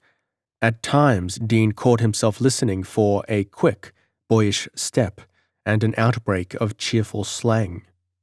When the other morning's work was underway, Dean, wishing an exposure, the one who went away, made of a certain patterned pavement, that the photograph might aid in replacing the numbered pieces when the bit was reconstructed, went for Holloway and his camera. Merritt had got to work earlier than usual that morning. He could hear him shouting from one trench to Ibrahim in another. Abruptly he came upon him, and full of the business in hand, demanded, "Where's Holloway? I want him to get a shot at the pavement in Square 14. Merritt glanced at him with a sudden gravity. "Didn't you know? Holloway did not come back to camp last night. I've got a couple of men out now, hunting him among the tombs. He must have fallen down and injured himself. Perhaps a tunnel caved in on him somewhere." The shock of this announcement turned Dean cold. Uppermost in his mind was the thought, 2 gone. What if the boy should be the third? "Oh, he's around here somewhere," he said, and strove to speak lightly. Merritt pushed his hat on the back of his head with a gesture full of worry and bewilderment. "I hope so," he said slowly. "Of course it must be so, but there are Tafa and Hafiz, you know." "Perhaps he came back and went away so early that we did not see him," Dean suggested. At heart he knew this to be futile. Merritt shook his head. "No, I asked Hamid, his boy." He braced himself against a certain depression, a premonition of hopelessness. "They may bring him in at noon," he said, with an obvious effort at cheerfulness. "If not, well, we'll send out more men. I'm afraid he's had a touch of the sun lately, to tell the truth. He's such a worker, and so willing to take any job that comes his way that half the time I forget he's green, and ought to have kept an eye on him, and take it out of him more than he can stand, I'm afraid. And he'd go till he dropped, the beggar, and never open his mouth. That's the worst of him. I can't tell when he's done up. Oh yes, he'll come in with the men at noon, sure." They cheered themselves with this refrain throughout the afternoon, but towards the evening, Merritt's grey face was greyer and greatly worn. And Dean was silent and very thoughtful. Candidly, he confessed that he had been a brute. Had he also got a touch of the sun? His mind went back to the scene in his tent the night before. He heard the high, boyish voice, keyed to nervous confession, saying, "All I wanted was to be within range of somebody, where I could hear somebody moving. I knew if I stayed in that tent alone an hour longer, I'd be off among those tombs again. I cannot keep away from the place. I've been there for the last 4 nights, and I'm afraid as death of it." He lost himself in a maze of vain imaginings. Had the boy wanted him last night, needed the support of human companionship, and not come to him because of their foolish squabble, fearing scorn and ridicule? Had he fought off his madness by himself, hour after hour in the darkness, and at last given way and wandered into the place he dreaded? And what had happened then? Dean knew that imagination is a terribly real factor in certain crises of life. Let it but get a grip upon its victim. And Holloway, at the thought that he might be following in the footsteps of those other two, vanished utterly from the face of the earth. Dean started up to pace the camp in an agony of restlessness. Ibrahim, scorching himself before the fire in devoted tendance of a covered dish containing dainties saved from supper for the return of Holloway, whom he loved, looked up at Dean's sudden motion. "Ni master have sent out more man," he said mournfully. Dean nodded. Ibrahim nursed his dish. "Sir, I ask a word, most respectful. What nis go to mean? What is Erishuf per Lucipi?" Dean pondered. "Give it up. Where did you hear that?" "Mr. Holloway said to me last night. I am sit by fire. He come a walkin' quick, see me and stop. He say, 'Ibrahim, it is late, eh?' I say, 'Very late.'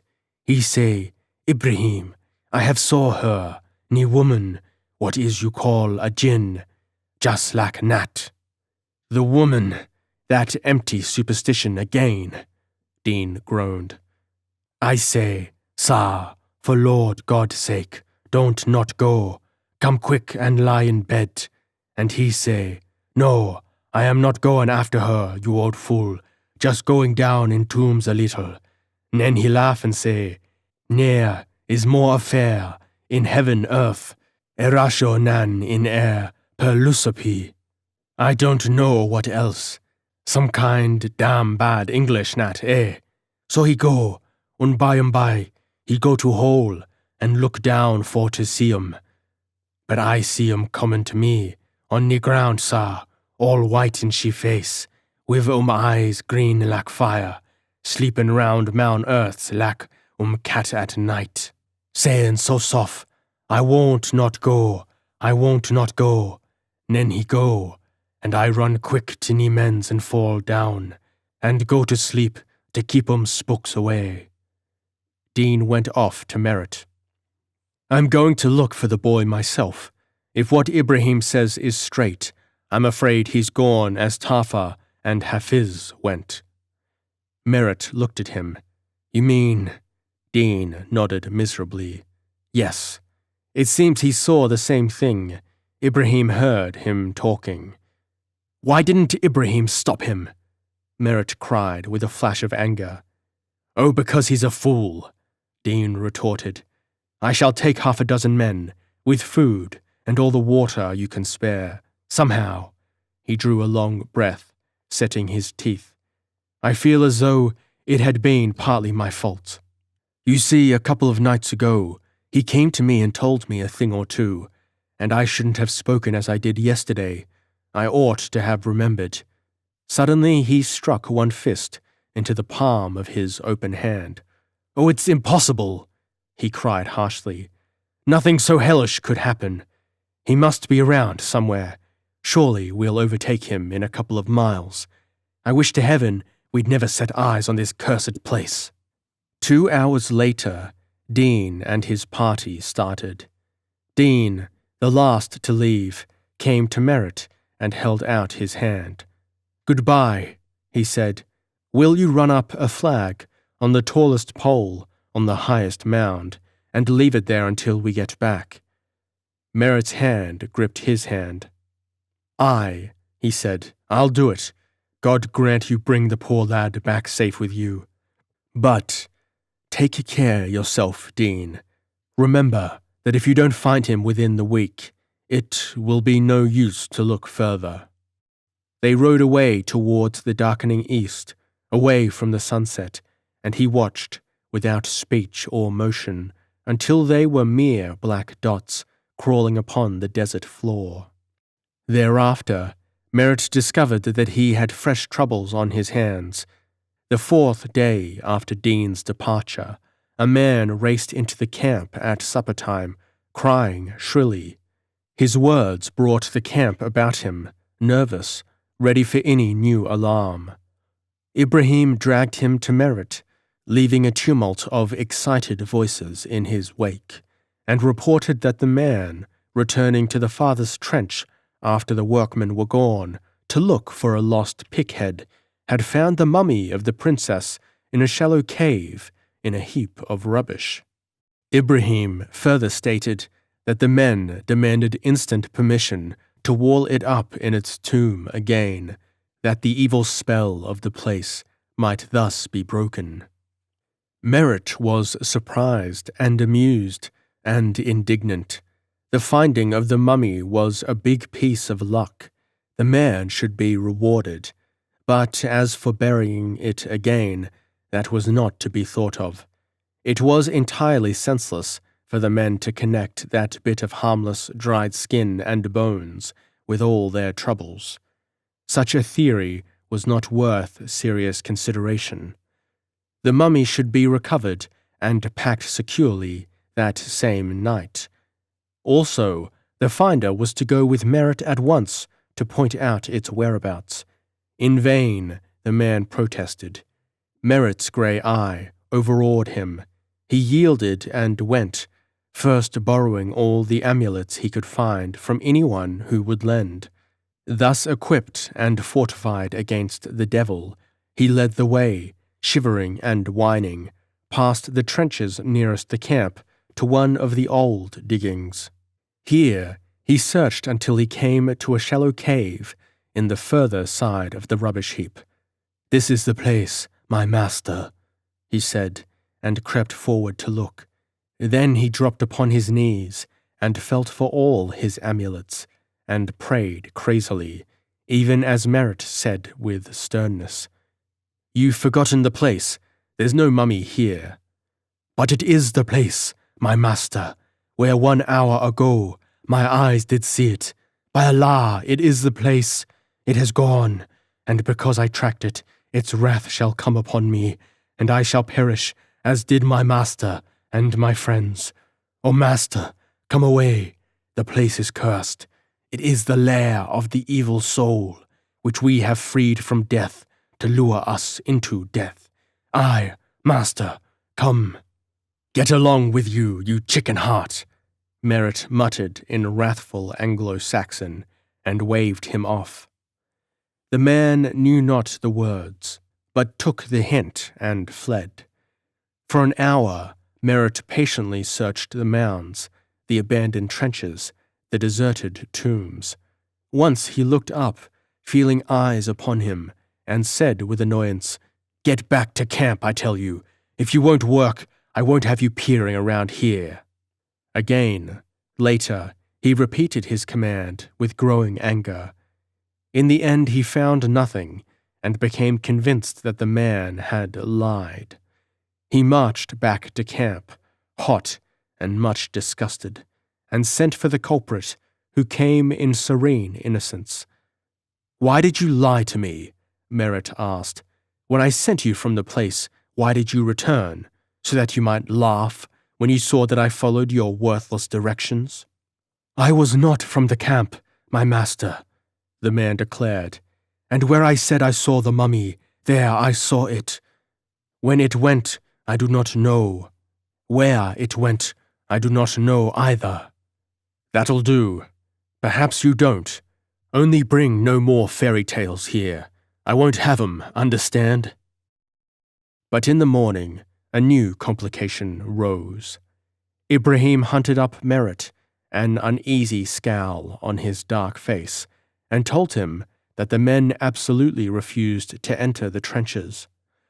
The workman's tale had done its business. They were afraid, they acknowledged frankly. They would do anything under heaven to please their master, whom they loved as they loved their fathers and their mothers, but enter the accursed city and its devil-haunted tombs they would not. Merritt saw that unless he played his cards with care, he would have a mutiny upon his hands. Superstition was rampant. They were 100. He was one. Only the workman who had given the false alarm stuck to Merritt. For 3 days the two labored, doing what 2 pair of willing arms might do. For 3 days the army of shirkers ate and loafed, and smoked and slept in the shade, embarrassingly respectful to Merritt, stubborn as polite mules when it came to the test. Then the devoted one disappeared, even as 3 before him had done, in the night, in silence and mystery. This raised an open panic. The men became utterly convinced of an influence for evil working actively in their midst. Each man looked upon himself as the next possible victim. Ibrahim hinted to Merritt that they might, in an excess of terror, capture the animals and provisions and desert in a body, taking the law into their own hands, and Merritt leaped from his camp chair and strode out into the sunlight, his jaw set, his eyes ablaze with the light of coming battle. The men, gathered into muttering groups, drew apart as he appeared among them. He seized the instant's advantage their pauses gave him and spoke. Not loudly, not angrily, but so that every man heard his voice and felt his courage oozing from him under the fire of the grey Saxon eyes. His words were Arabic and understood by all. He stood upon a hillock of rubbish, bareheaded, his shirt blowing free from his tanned neck, head thrown back, unarmed, dominating them by sheer force of will and the heritage of the blood that was in him. "See here, men, you're not children to be frightened at the dark like this. Queer things have happened lately, I'm not denying, but they're queer only because we have not happened to hit on the right explanation of them. Don't you know that yourselves?" 1 or 2 heads nodded doubtfully. "I'm not going to argue with you. I'm not even going to tell you that you're fools. In regard to Dahir, who went away last night, how do you know but that one of your number, in revenge for his faithfulness to me, frightened him in the night time, so that he, thinking the hand of evil was upon him, fled into the desert to escape?" They did not know. Quickly they saw his point. An Arab is not slow-witted, and discussed it among themselves. Each knew that himself had not done it. That went without saying, but whether another was guilty, they could not tell. "Whoever will may leave this place," Merritt said, and at once there was a turning of heads towards him. "But he must go without food and without water, since I do not intend to equip any personally conducted expeditions. If he will, let him go from here westward, where in 4 days, or 5 at most, he shall come into the track of caravans. If he is lucky, he may find a caravan passing and receive food and drink. If he finds no caravan, then it may be that he will wish that he had stayed with me." He paused to let this idea sink home. "But whoever stays with me," his voice deepened, "shall work in the trenches or out of the trenches, as I command. I will have no shirking, no complaints.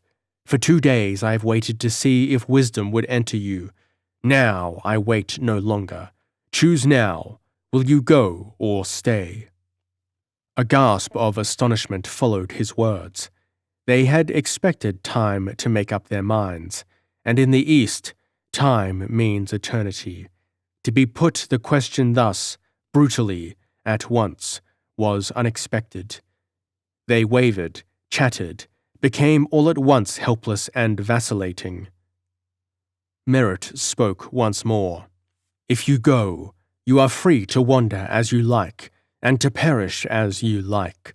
But if you stay, you will obey my orders without question, will answer fully and completely to my commands, for I am the master here."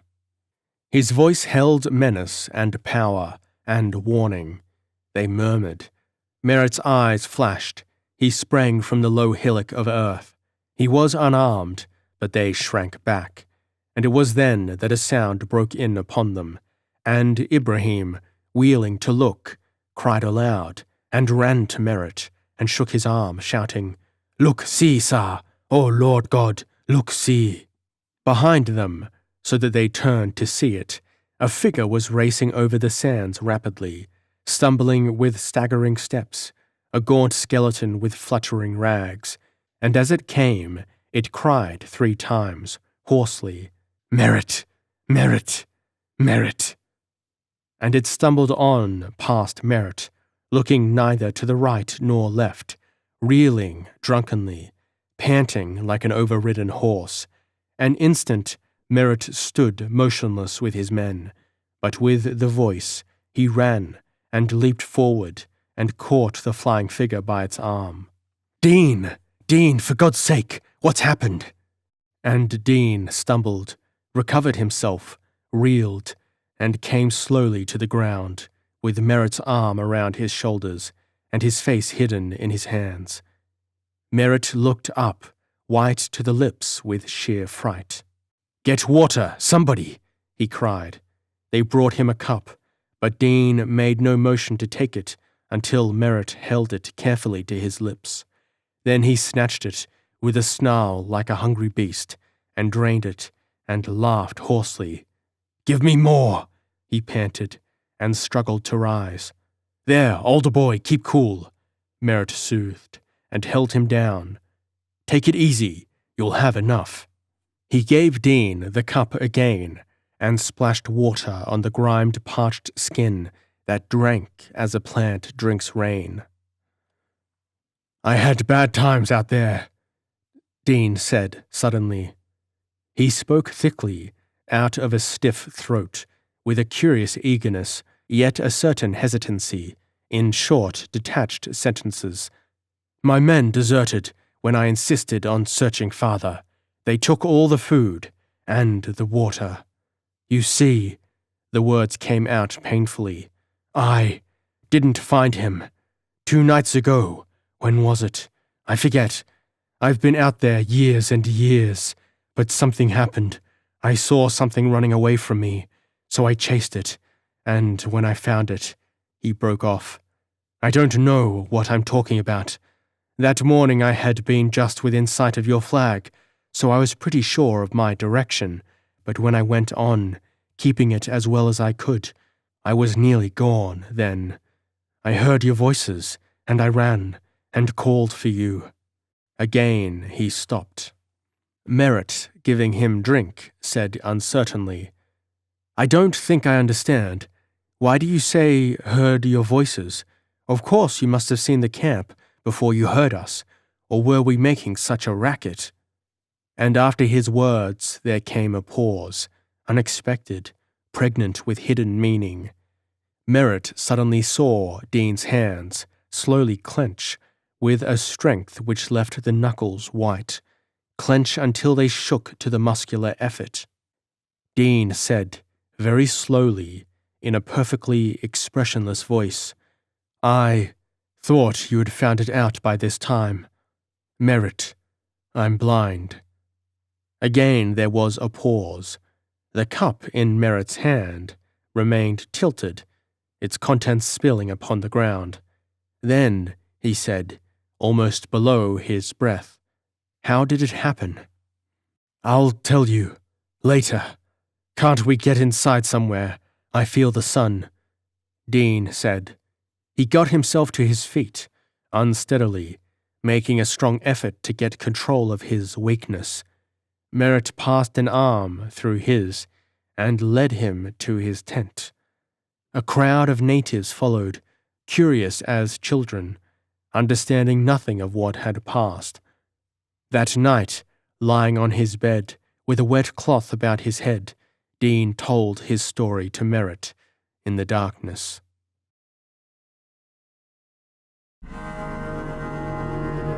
Chapter 7. The Other Who Returned.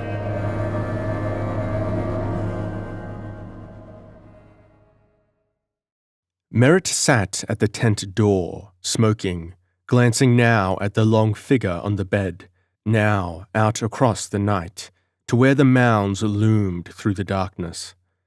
Dean's voice was low and slow. At times he paused for minutes as though to gather fresh strength. "I don't remember very clearly about parts of it," he said.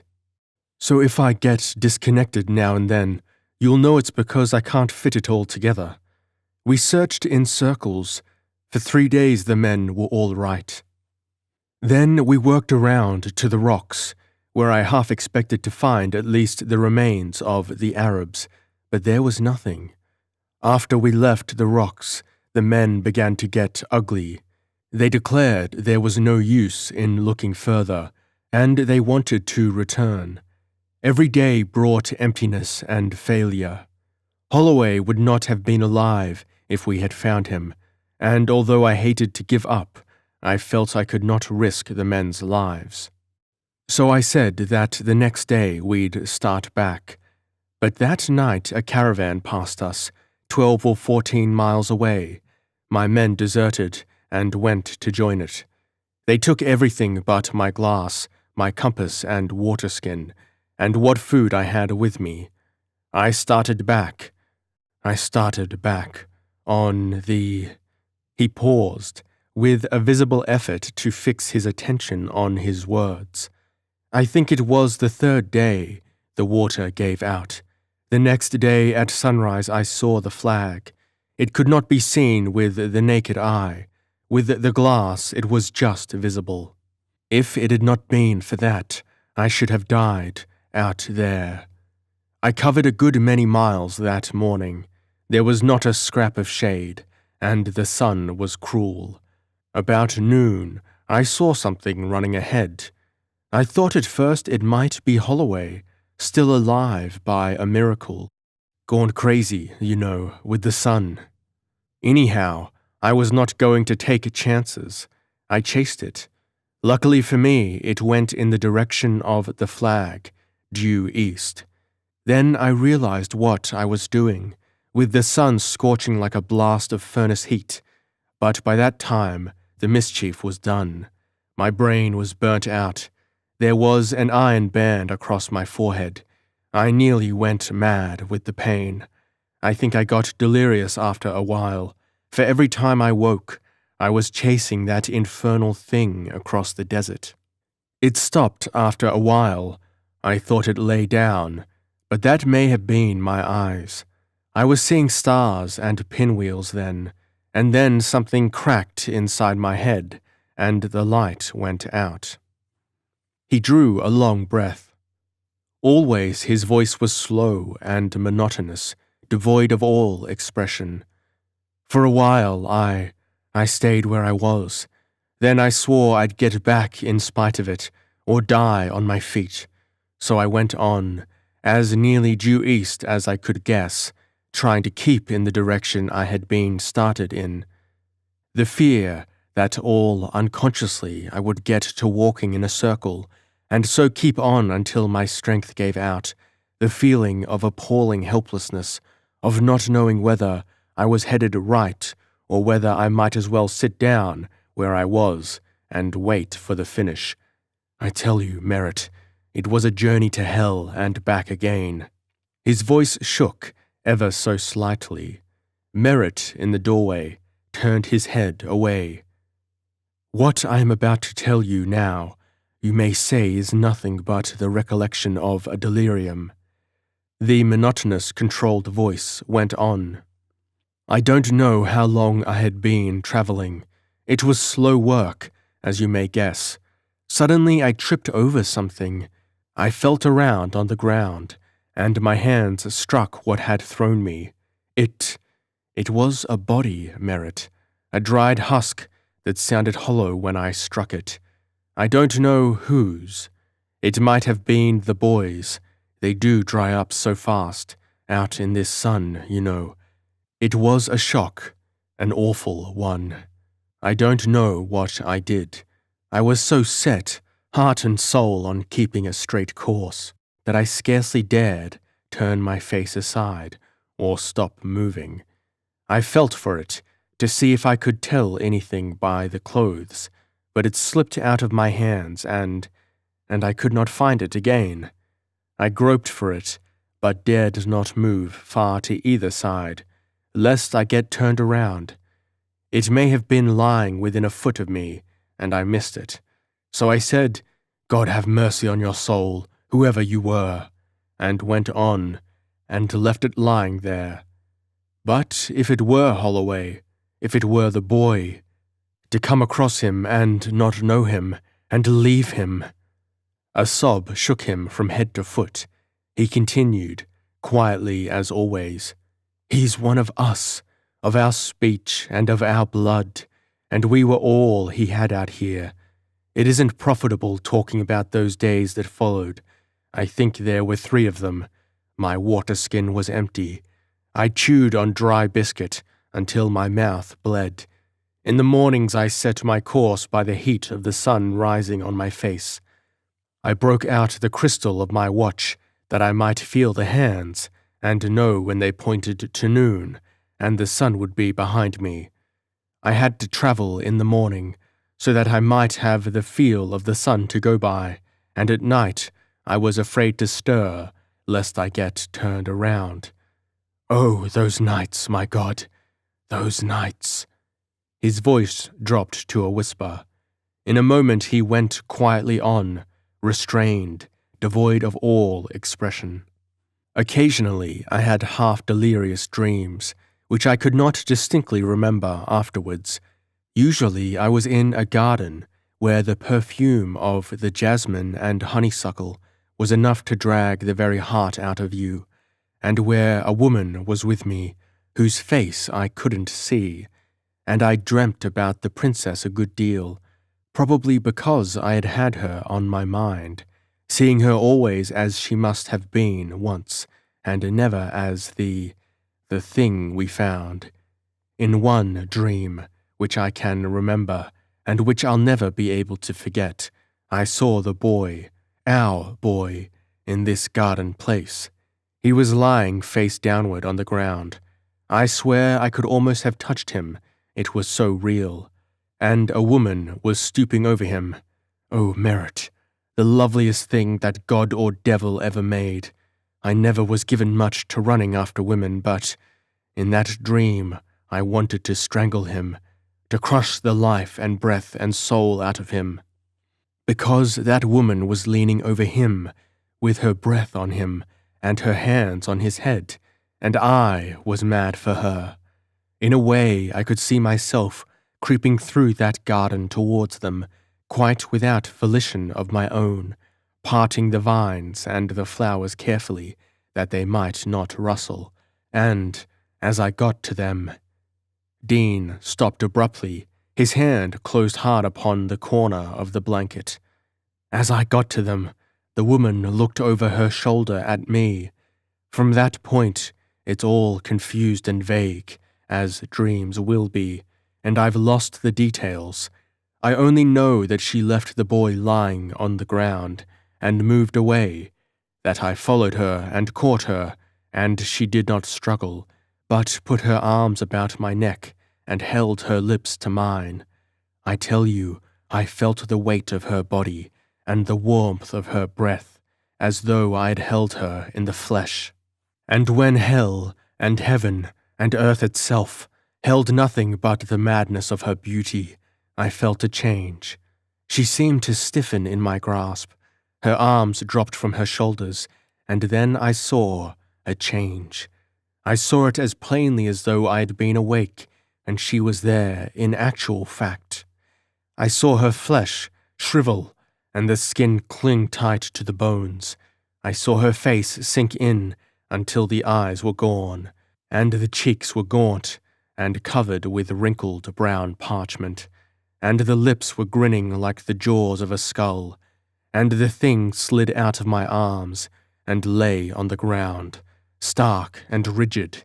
Then I thought that Holloway, from the ground, spoke without moving, and said, "It isn't worthwhile after all, is it?"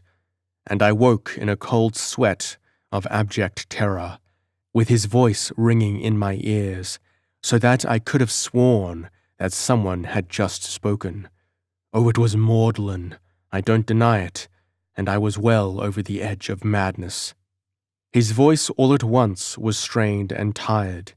3 times I had that dream.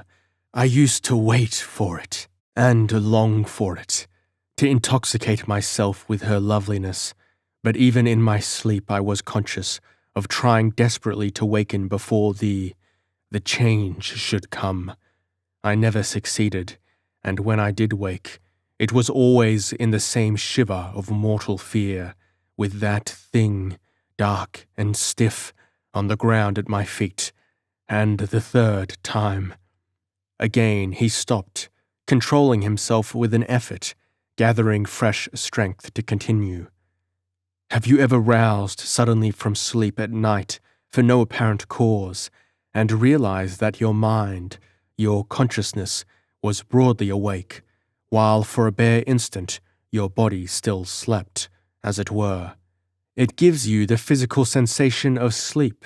You feel that your whole being is at lowest ebb, that your heart is beating slower, that your limbs are weighed down by faint numbness, that you are profoundly immovable.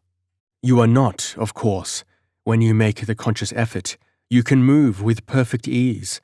It lasts barely a second.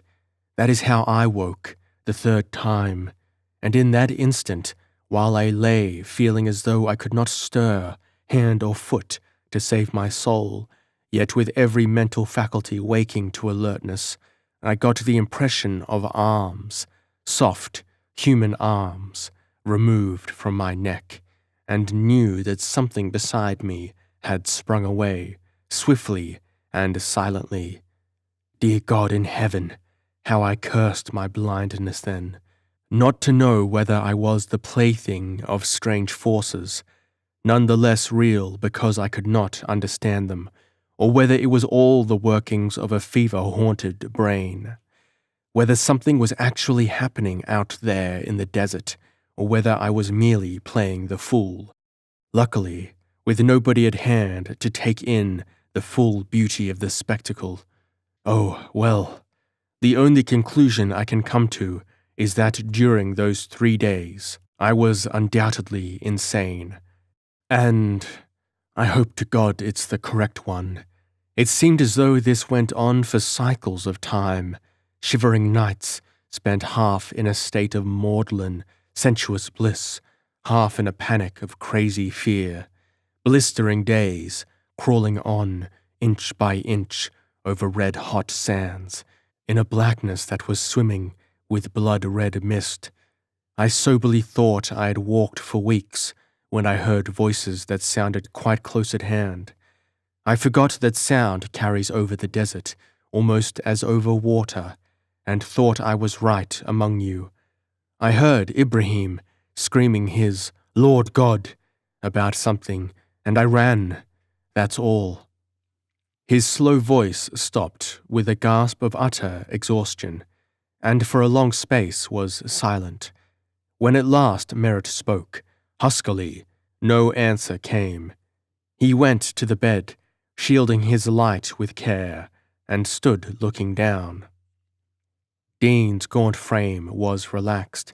His drawn face, graven into new, deep lines of suffering, was quiet. His darkened eyes were closed. Merritt turned the lamp out and stole noiselessly from the tent. In spite of Merritt's anxious care, Dean did not seem to rally from the effects of that desert journey, so that Merritt wished to hasten the work and get away, but to this Dean obstinately refused to listen. He argued forcefully that no time was like the present, that they did not know if they could ever get out again, that if his eyes could be cured at all, a few weeks' delay would not harm them. In the end, Merritt yielded, partly because he wished to believe what Dean said, partly because all his heart was in his work. Soon Dean learned to go about by himself with the aid of a stick, stumbling at first, for the ground was badly cut up. Later with comparative ease and rapidity. That his helplessness was worse to him than the bitterness of death, Merritt knew unerringly. Of this Dean never spoke, but his face, when he failed in some erstwhile easy task, all unconsciously betrayed him.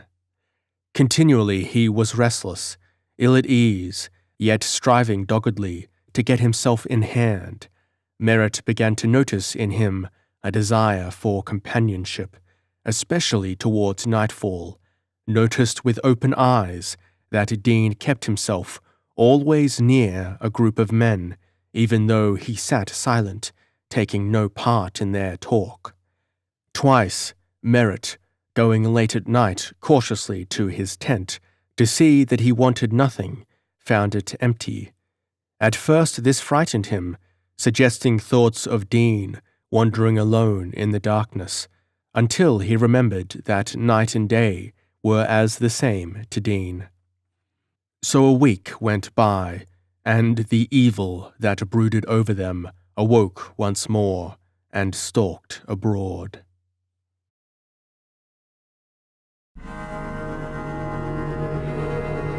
Chapter 8. At the 11th Hour.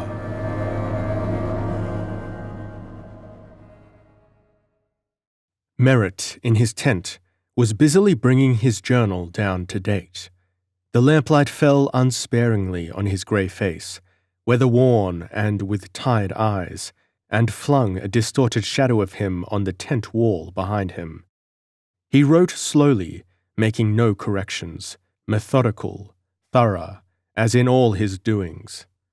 The journal was a marvel of brevity and conciseness. His pen was finishing the sentence, "which I wish to present to the National Museum in Washington, D.C., with the hope that my good friend, Dr. Peabody, may, on examination, be enabled to analyze what it contains." For it was of the lamp he wrote, the lamp which, cold and dead, later found its place in a glass case among old relics of bygone days, labeled with a card bearing an outline of its half-known, strange history, of which the beginning was forever lost. He was deep in interested reviewal of its discovery when a stumble at the door and a smothered curse announced the advent of Dean. "Can I come in?" Dean asked, and entered hastily. He listened an instant to make sure of Merritt's position, and crossed the tent to him, feeling his way with the helpless awkwardness of the newly blind. "Is there a piece torn out of the left sleeve of my shirt, near the shoulder?" he asked abruptly, and bent down that Merritt might observe. Merritt noticed that his breath was quick, and his manner full of a repressed excitement. "No," Merritt said, "nothing wrong here." "Thank the Lord for that," Dean muttered devoutly. "But then, it's mighty queer. I don't understand what could have happened. Something caught at me just now, down in the diggings. I can't believe it's all imagination." Simultaneously, Merritt exclaimed, "Hold on! You said the left sleeve. There's a 6-inch rip in the right sleeve, here, where I'm pulling. Did you catch it on a nail?" Dean drew his breath in sharply. "There is one, then," he said in an odd voice. "No, I didn't catch it on any nail." Merritt turned to look at him. "What's up?" he demanded. But Dean, without noticing his question, began to speak rapidly in the same tense voice. "Then I believe anything, everything. I believe that the men are right. I believe the place is cursed. I believe that Bob and the Arabs were decoyed and trapped by unhuman powers. I've scoffed and sneered, but now I will believe anything this land can show me. I'm beaten, done up. I don't understand, but I believe. I believe it." His voice dropped to a hoarse whisper. Merritt stood up and shook him gently. "Look here, old man, this won't do. Get yourself together. It won't last much longer. In 10 days at most, we'll be off." 10 days, Dean repeated. 10 days. I guess I can stand that, can't I? If you think you'd like to start ahead of me, Merritt said, take what stores and men you want, and start on first. I think that would be the best plan, anyhow. Your eyes need treatment.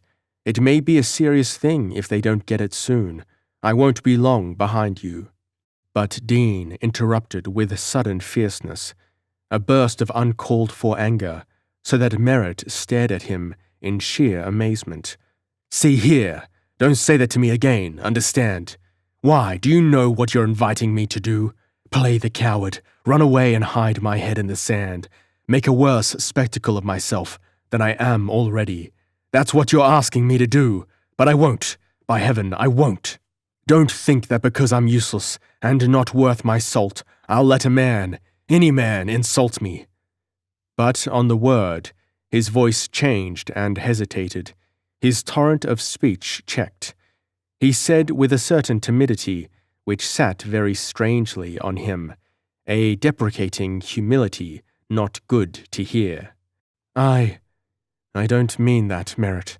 Upon my soul, I don't. I don't know what I'm talking about these days." "You go to bed," Merritt said with decision. "That's the best place for you at present. Sleeping pretty good lately?" "Not 10 minutes since I got back," Dean answered shortly. "Sometimes I get half off, but that's worse than nothing. Every time I drop off, I'm back, out there, again, stumbling over rocks, mad with hunger and thirst." He brushed the back of a hand across his forehead. "Or else I'm feeling dry arms around my neck, and something pulling at me, the way I dreamt out there," he shuddered. "Then I stay awake the rest of the night." "Dean, go home," Merritt urged earnestly. "You're not fit to stay out here. No man would be after all that." But on the instant, Dean's anger flared up again, irresponsible, violent, wholly out of proportion to its cause. "Haven't I got enough to keep me happy without you to help it on?" he said with savage irony. "Do you think I'll turn tail and give up now, at the 11th hour?" "No, after all, I suppose it would not do," said Merritt gravely, a keen eye on Dean's drawn face. Dean calmed down at once. "I thought you'd feel that way about it," he said in satisfied tones. "You see, of course, how I'm placed." He laughed grimly, jangling laughter that jarred. "Lord, what a farce it is! Here I'm going the way Holloway went, coming to you whining to be put to sleep, as he came to me, poor devil. Next thing I'll be crawling around your tent to hear you moving inside. Then I'll be wandering down among the tombs. Then—" "Now, what are you talking about?" Merritt demanded helplessly. "Don't think about Holloway any more. There's a good chap. Suppose I fix you up something to take, and you turn in." "The devil you will!" Dean retorted with promptness. "You don't get around me that way, by George. I've fixed up stuff for shaky devils myself before this, and sent 'em to sleep, thinking they had a good strong dose inside them. None of your lime juice and water tricks for me." Merritt gasped slightly. "Oh, very well. Then I'll look in later to see how you are getting on." He turned to his journal again. Dean, on his way to the door, said calmly over his shoulder, "Then you'd better sing out before you come in. Hamid, that black limb of Satan, came in on me suddenly last night, and I choked him silly before he could tell me who he was. I haven't got a rag of nerve left, that's the truth of it." He departed, swearing a little as he ran against a camp stool in his path. "Yes, sir, he's reached his limit. I've got to get him out of this somehow," said Merritt, and took up his pen once more. But later, when Merritt, loudly heralding his approach, entered Dean's tent. Dean was not within. Merritt stood in the doorway and looked about him, scowling uneasily. "Wish I'd kept him with me," he said aloud. "The fellow isn't fit to be left alone just now. He might— good Lord, why, he might." He sat down on the leather-covered trunk and waited. Outside, the night was very still. No sound came from the camps. All the world slept. Merritt dozed uncomfortably, his head fallen forward, hands hanging limp between his knees. It seemed to him, afterwards, that he had slept thus a very long time, as one, in 10 minutes, may dream through a cycle of time. So Merritt felt as though half the night had gone when at length he pulled himself together, guiltily conscious that he ought to go back and look for Dean.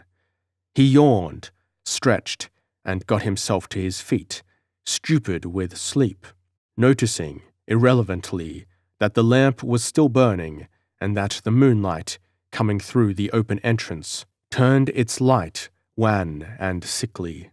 And then he started, wide awake on the instant, listening with bent head and hands clenching to a sound that came out of the night, a moan, rising and swelling into a scream that split through the stillness, and stopped suddenly as though choked into strangled quiet, with the silence settling deeper than before.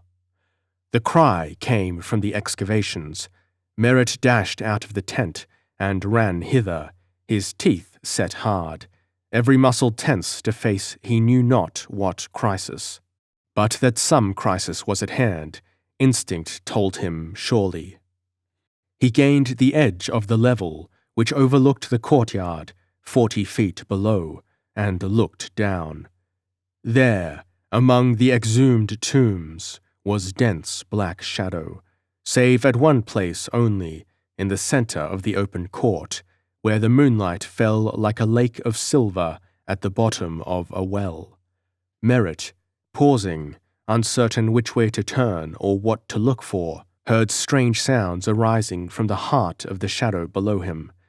Heavy breathing, guttural snarls, low and worrying, like an angry dog's, thumping as of heavy bodies at grips and threshing to and fro. Then a thing appeared, from the blackness into the patch of light, and Merritt rubbed his eyes to make sure that the wan moonlight, which turned all things uncorporeal as phantoms, had not deceived him. A thing that rolled upon the ground, and rose and fell again in contorted struggling, an indeterminate mass, black against the silver, silent save for deep panting breaths and worrying snarls. Merritt plunged down the slanting gallery leading to the courtyard, leaping downward with great strides. Even as he raced, his brain formulated theories. It might be a wild animal, lion, hyena, jackal. It might be a native run amok. It might be a thief. Whatever it was, it had Dean, handicapped by his blindness and recent hardships, down and fighting for his life.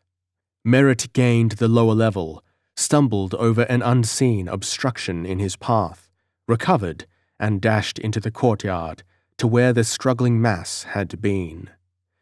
Had been, but was no longer, for even in the bare half-minute that Merritt had taken in his descent, what was to happen had happened. There was only a crumpled heap upon the ground in the moonlight that screamed when Merritt touched it and clutched him, feeling with blind, desperate fingers for his throat. Merritt cried sharply, "Stop it, Dean, stop it! I tell you, it's I, Merritt! Oh man, are you off your head entirely?" With difficulty he mastered him and held him down, repeating over and over, "It's I, it's only Merritt! Don't fight like this, man! Can't you understand? It's Merritt!" Until Dean's struggles ceased, and he lay panting, with Merritt's weight atop him. "You, Merritt," he said faintly. Merritt, still holding him, repeated soothing assurances automatically, but Dean sat up suddenly, flinging off Merritt as though he had been a child, and cried, "Then where is it? Merritt, Merritt, find it for the love of heaven, and burn it. It can't have got very far. I had it sure. Oh, go, old man, look for it. It's here among the tombs somewhere. I had it not half a minute ago." Merritt put a hand on his arm, and felt that he was shaking all over. "Steady, old boy," he said. "Get yourself together. There's nothing here. I'll swear there isn't. What was it you were doing?" "Doing?" Merritt said between his teeth. His hands clenched and unclenched convulsively. "I tell you I had it. Can't you do as I tell you? Do you want the thing to get away from us again? Oh man, do as I tell you." "Hold on a minute. What was it you had?" Merritt asked. Dean's voice rose to a shriek of angry impotence. "The mummy, you fool! The mummy! Can't you understand? Will you look for it? Damn you!" "The mummy," Merritt echoed blankly. The solution of Dean's conduct flashed upon him. Dean was undoubtedly mad. The overwrought brain at last had given way. But Dean was speaking in a high, shrill voice that staggered and stuttered crazily. "I found it here, down among the tombs. I knew I should. I was waiting for it. It came, and I felt its arms around my neck, and I knew that the dream I had in the desert was no dream. And when I tried to get away, it clung like a leech, with feet and hands and teeth. Merritt! Oh my God, Merritt, where are you?" It was the voice of a child, wakened suddenly in mortal terror to find itself in the dark. Merritt, with instant comprehension, said quickly, "Here, old chap, it's all right. I'm here. I won't go off." Dean's hand groped for his and clutched it with a grip which made Merritt wince. His voice took up its tale. "I fought it off, and it twined its legs and arms around mine, and I couldn't shake it off. I tried to beat its head on the stones, and it fastened its teeth on my shoulder and held on. Then I tried to bring it up above. I let it cling and held onto it and ran. But I had lost my bearings and went round and round without getting anywhere. I reached the gallery at last, but it found out what I was doing and fought. God, how it fought to get away. I tripped it, and we both fell, it trying to break loose, and I trying to hold it down. And then I heard a shout, and steps coming, and it tore away from me, and I lost it." "Well, come away," Merritt said soothingly. To himself, he said with sternness, "One of us jackasses has got to keep cool." Dean must be humoured, must be coaxed into submission. Dean laughed. "You think I'm mad, don't you?" he cried. "Well, I'm not yet. I'm as sane as you are, but I won't be very long. If you had felt it hanging to you, with its skinny arms wound round you, and you not able to see what it was, perhaps you'd be half mad too." "It couldn't have been the mummy, you know," Dean said, as one trying to soothe a child to reason. "That's quite absurd. A mummy couldn't possibly be waltzing around like this. It's not in the nature of things." "Of course it's not in the nature of things," Dean cut in savagely. "Don't I know that?" His voice wavered, became shriller. "I can't stand it any longer, Merritt. Call me any name you like. I deserve it, but I'm... He laughed again, crazily, so that Merritt started apprehensively, and suddenly buried his face in his hands, and sat, with long shudders chasing through him. "I'm done up," he said hoarsely. "Get up and come with me," Merritt ordered.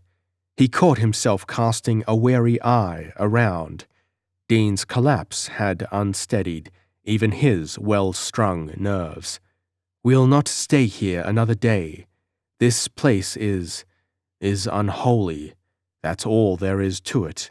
Come away, old man." He got Dean to his feet, and Dean clung to him helplessly, begging not to be left alone. Carefully, Merritt led him up to the slanting gallery, over the cut-up ground, and to his own tent. Here, Dean sat obediently on the bed, turning his white, haunted face always towards the sound of Merritt's comings and goings about the tent.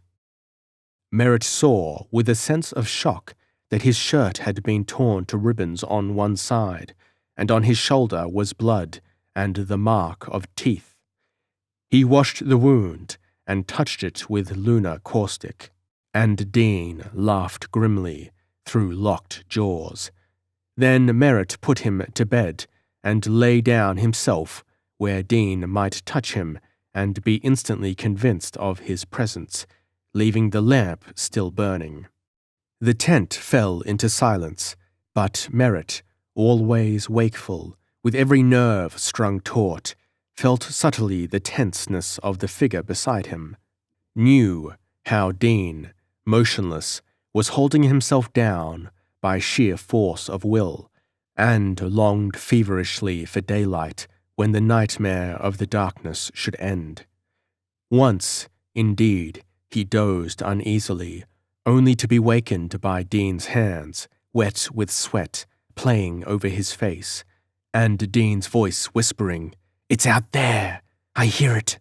Merritt, if it comes in here, I shall go mad!" And Merritt, startled into quick consciousness, sprang up and peered through the tent flap into the night, before he realized the foolishness of his action and the credulity it implied. "See it?" Dean asked tensely behind him. "If it's there, I'm going out after it. I can't stand the notion of its going around loose any longer. Suppose it came in here." And Merritt paused a perceptible instant before replying. Then he said, "Nothing out here," and came back and lay down again. But he did not tell Dean that something had slipped out of his sight behind a mound into the shadows not a dozen yards away. Something, if his eyes did not deceive him, which was not a goat at large, nor a hyena, nor any creature that walked upon four legs. And there was no noise in the camps to indicate that men were stirring. Once more there fell a silence. Out of it Dean suddenly spoke again, with a jarring laugh. "This is a hell of a place, isn't it?" And then, "Oh boy, if we hadn't scoffed and been quite so confoundedly cocksure of ourselves and our theories." Morning broke before the sky had wholly lost its veil of light. Merritt called Ibrahim. He came, but if he drew conclusions from the two grey and drawn faces before him, he made no sign. To him, Merritt gave certain orders. He ejaculated in profane and joyful English and departed. 15 minutes later, the camps were all astir. Breakfast was being cooked and eaten, as before, but there was an added hum of preparation and anticipation. The cases containing tablets and antiquities were loaded carefully on camels. The camp dunnage was collected and packed. At noon the tents were struck. All hands helped. 4 were eagerly ready to do the work of 1. The East had conquered.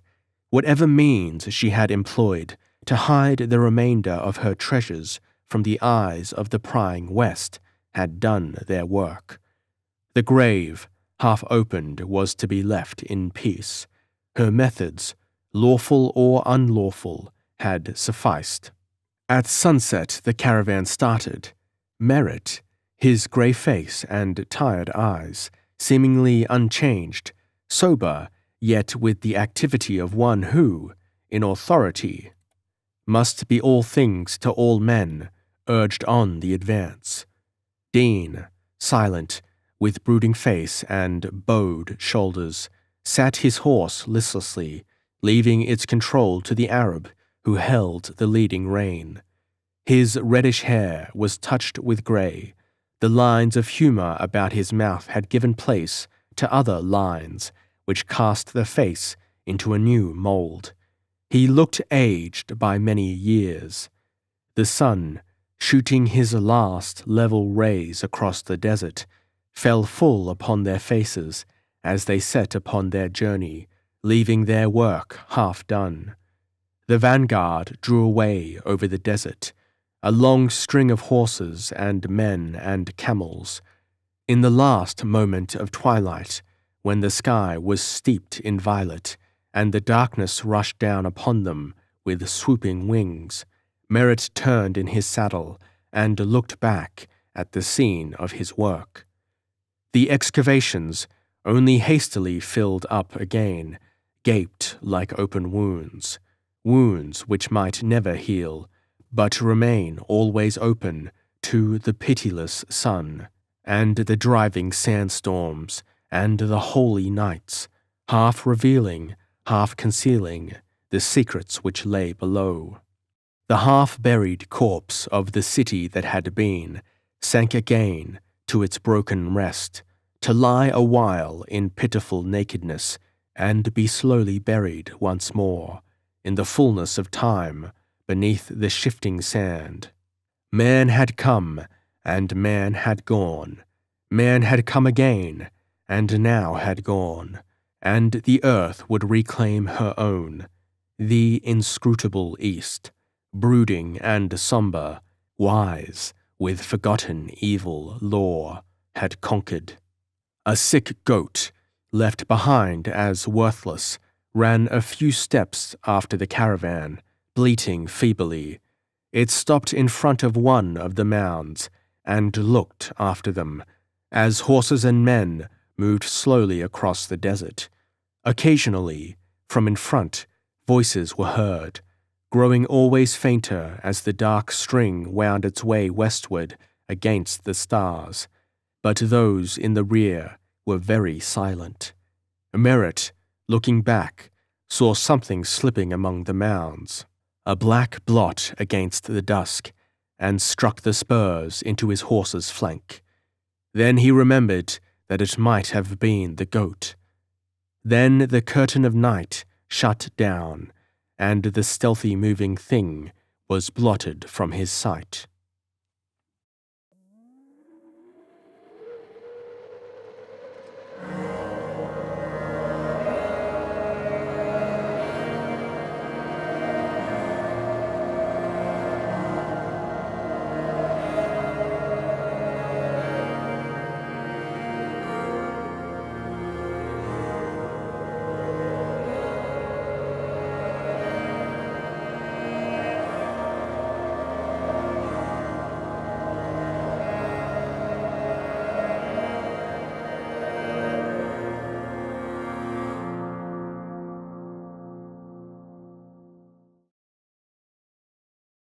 If you've enjoyed this content, consider supporting the Eldritch Archives to grow and make more content.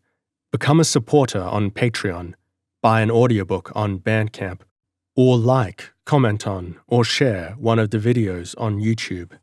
And as always, thank you for listening.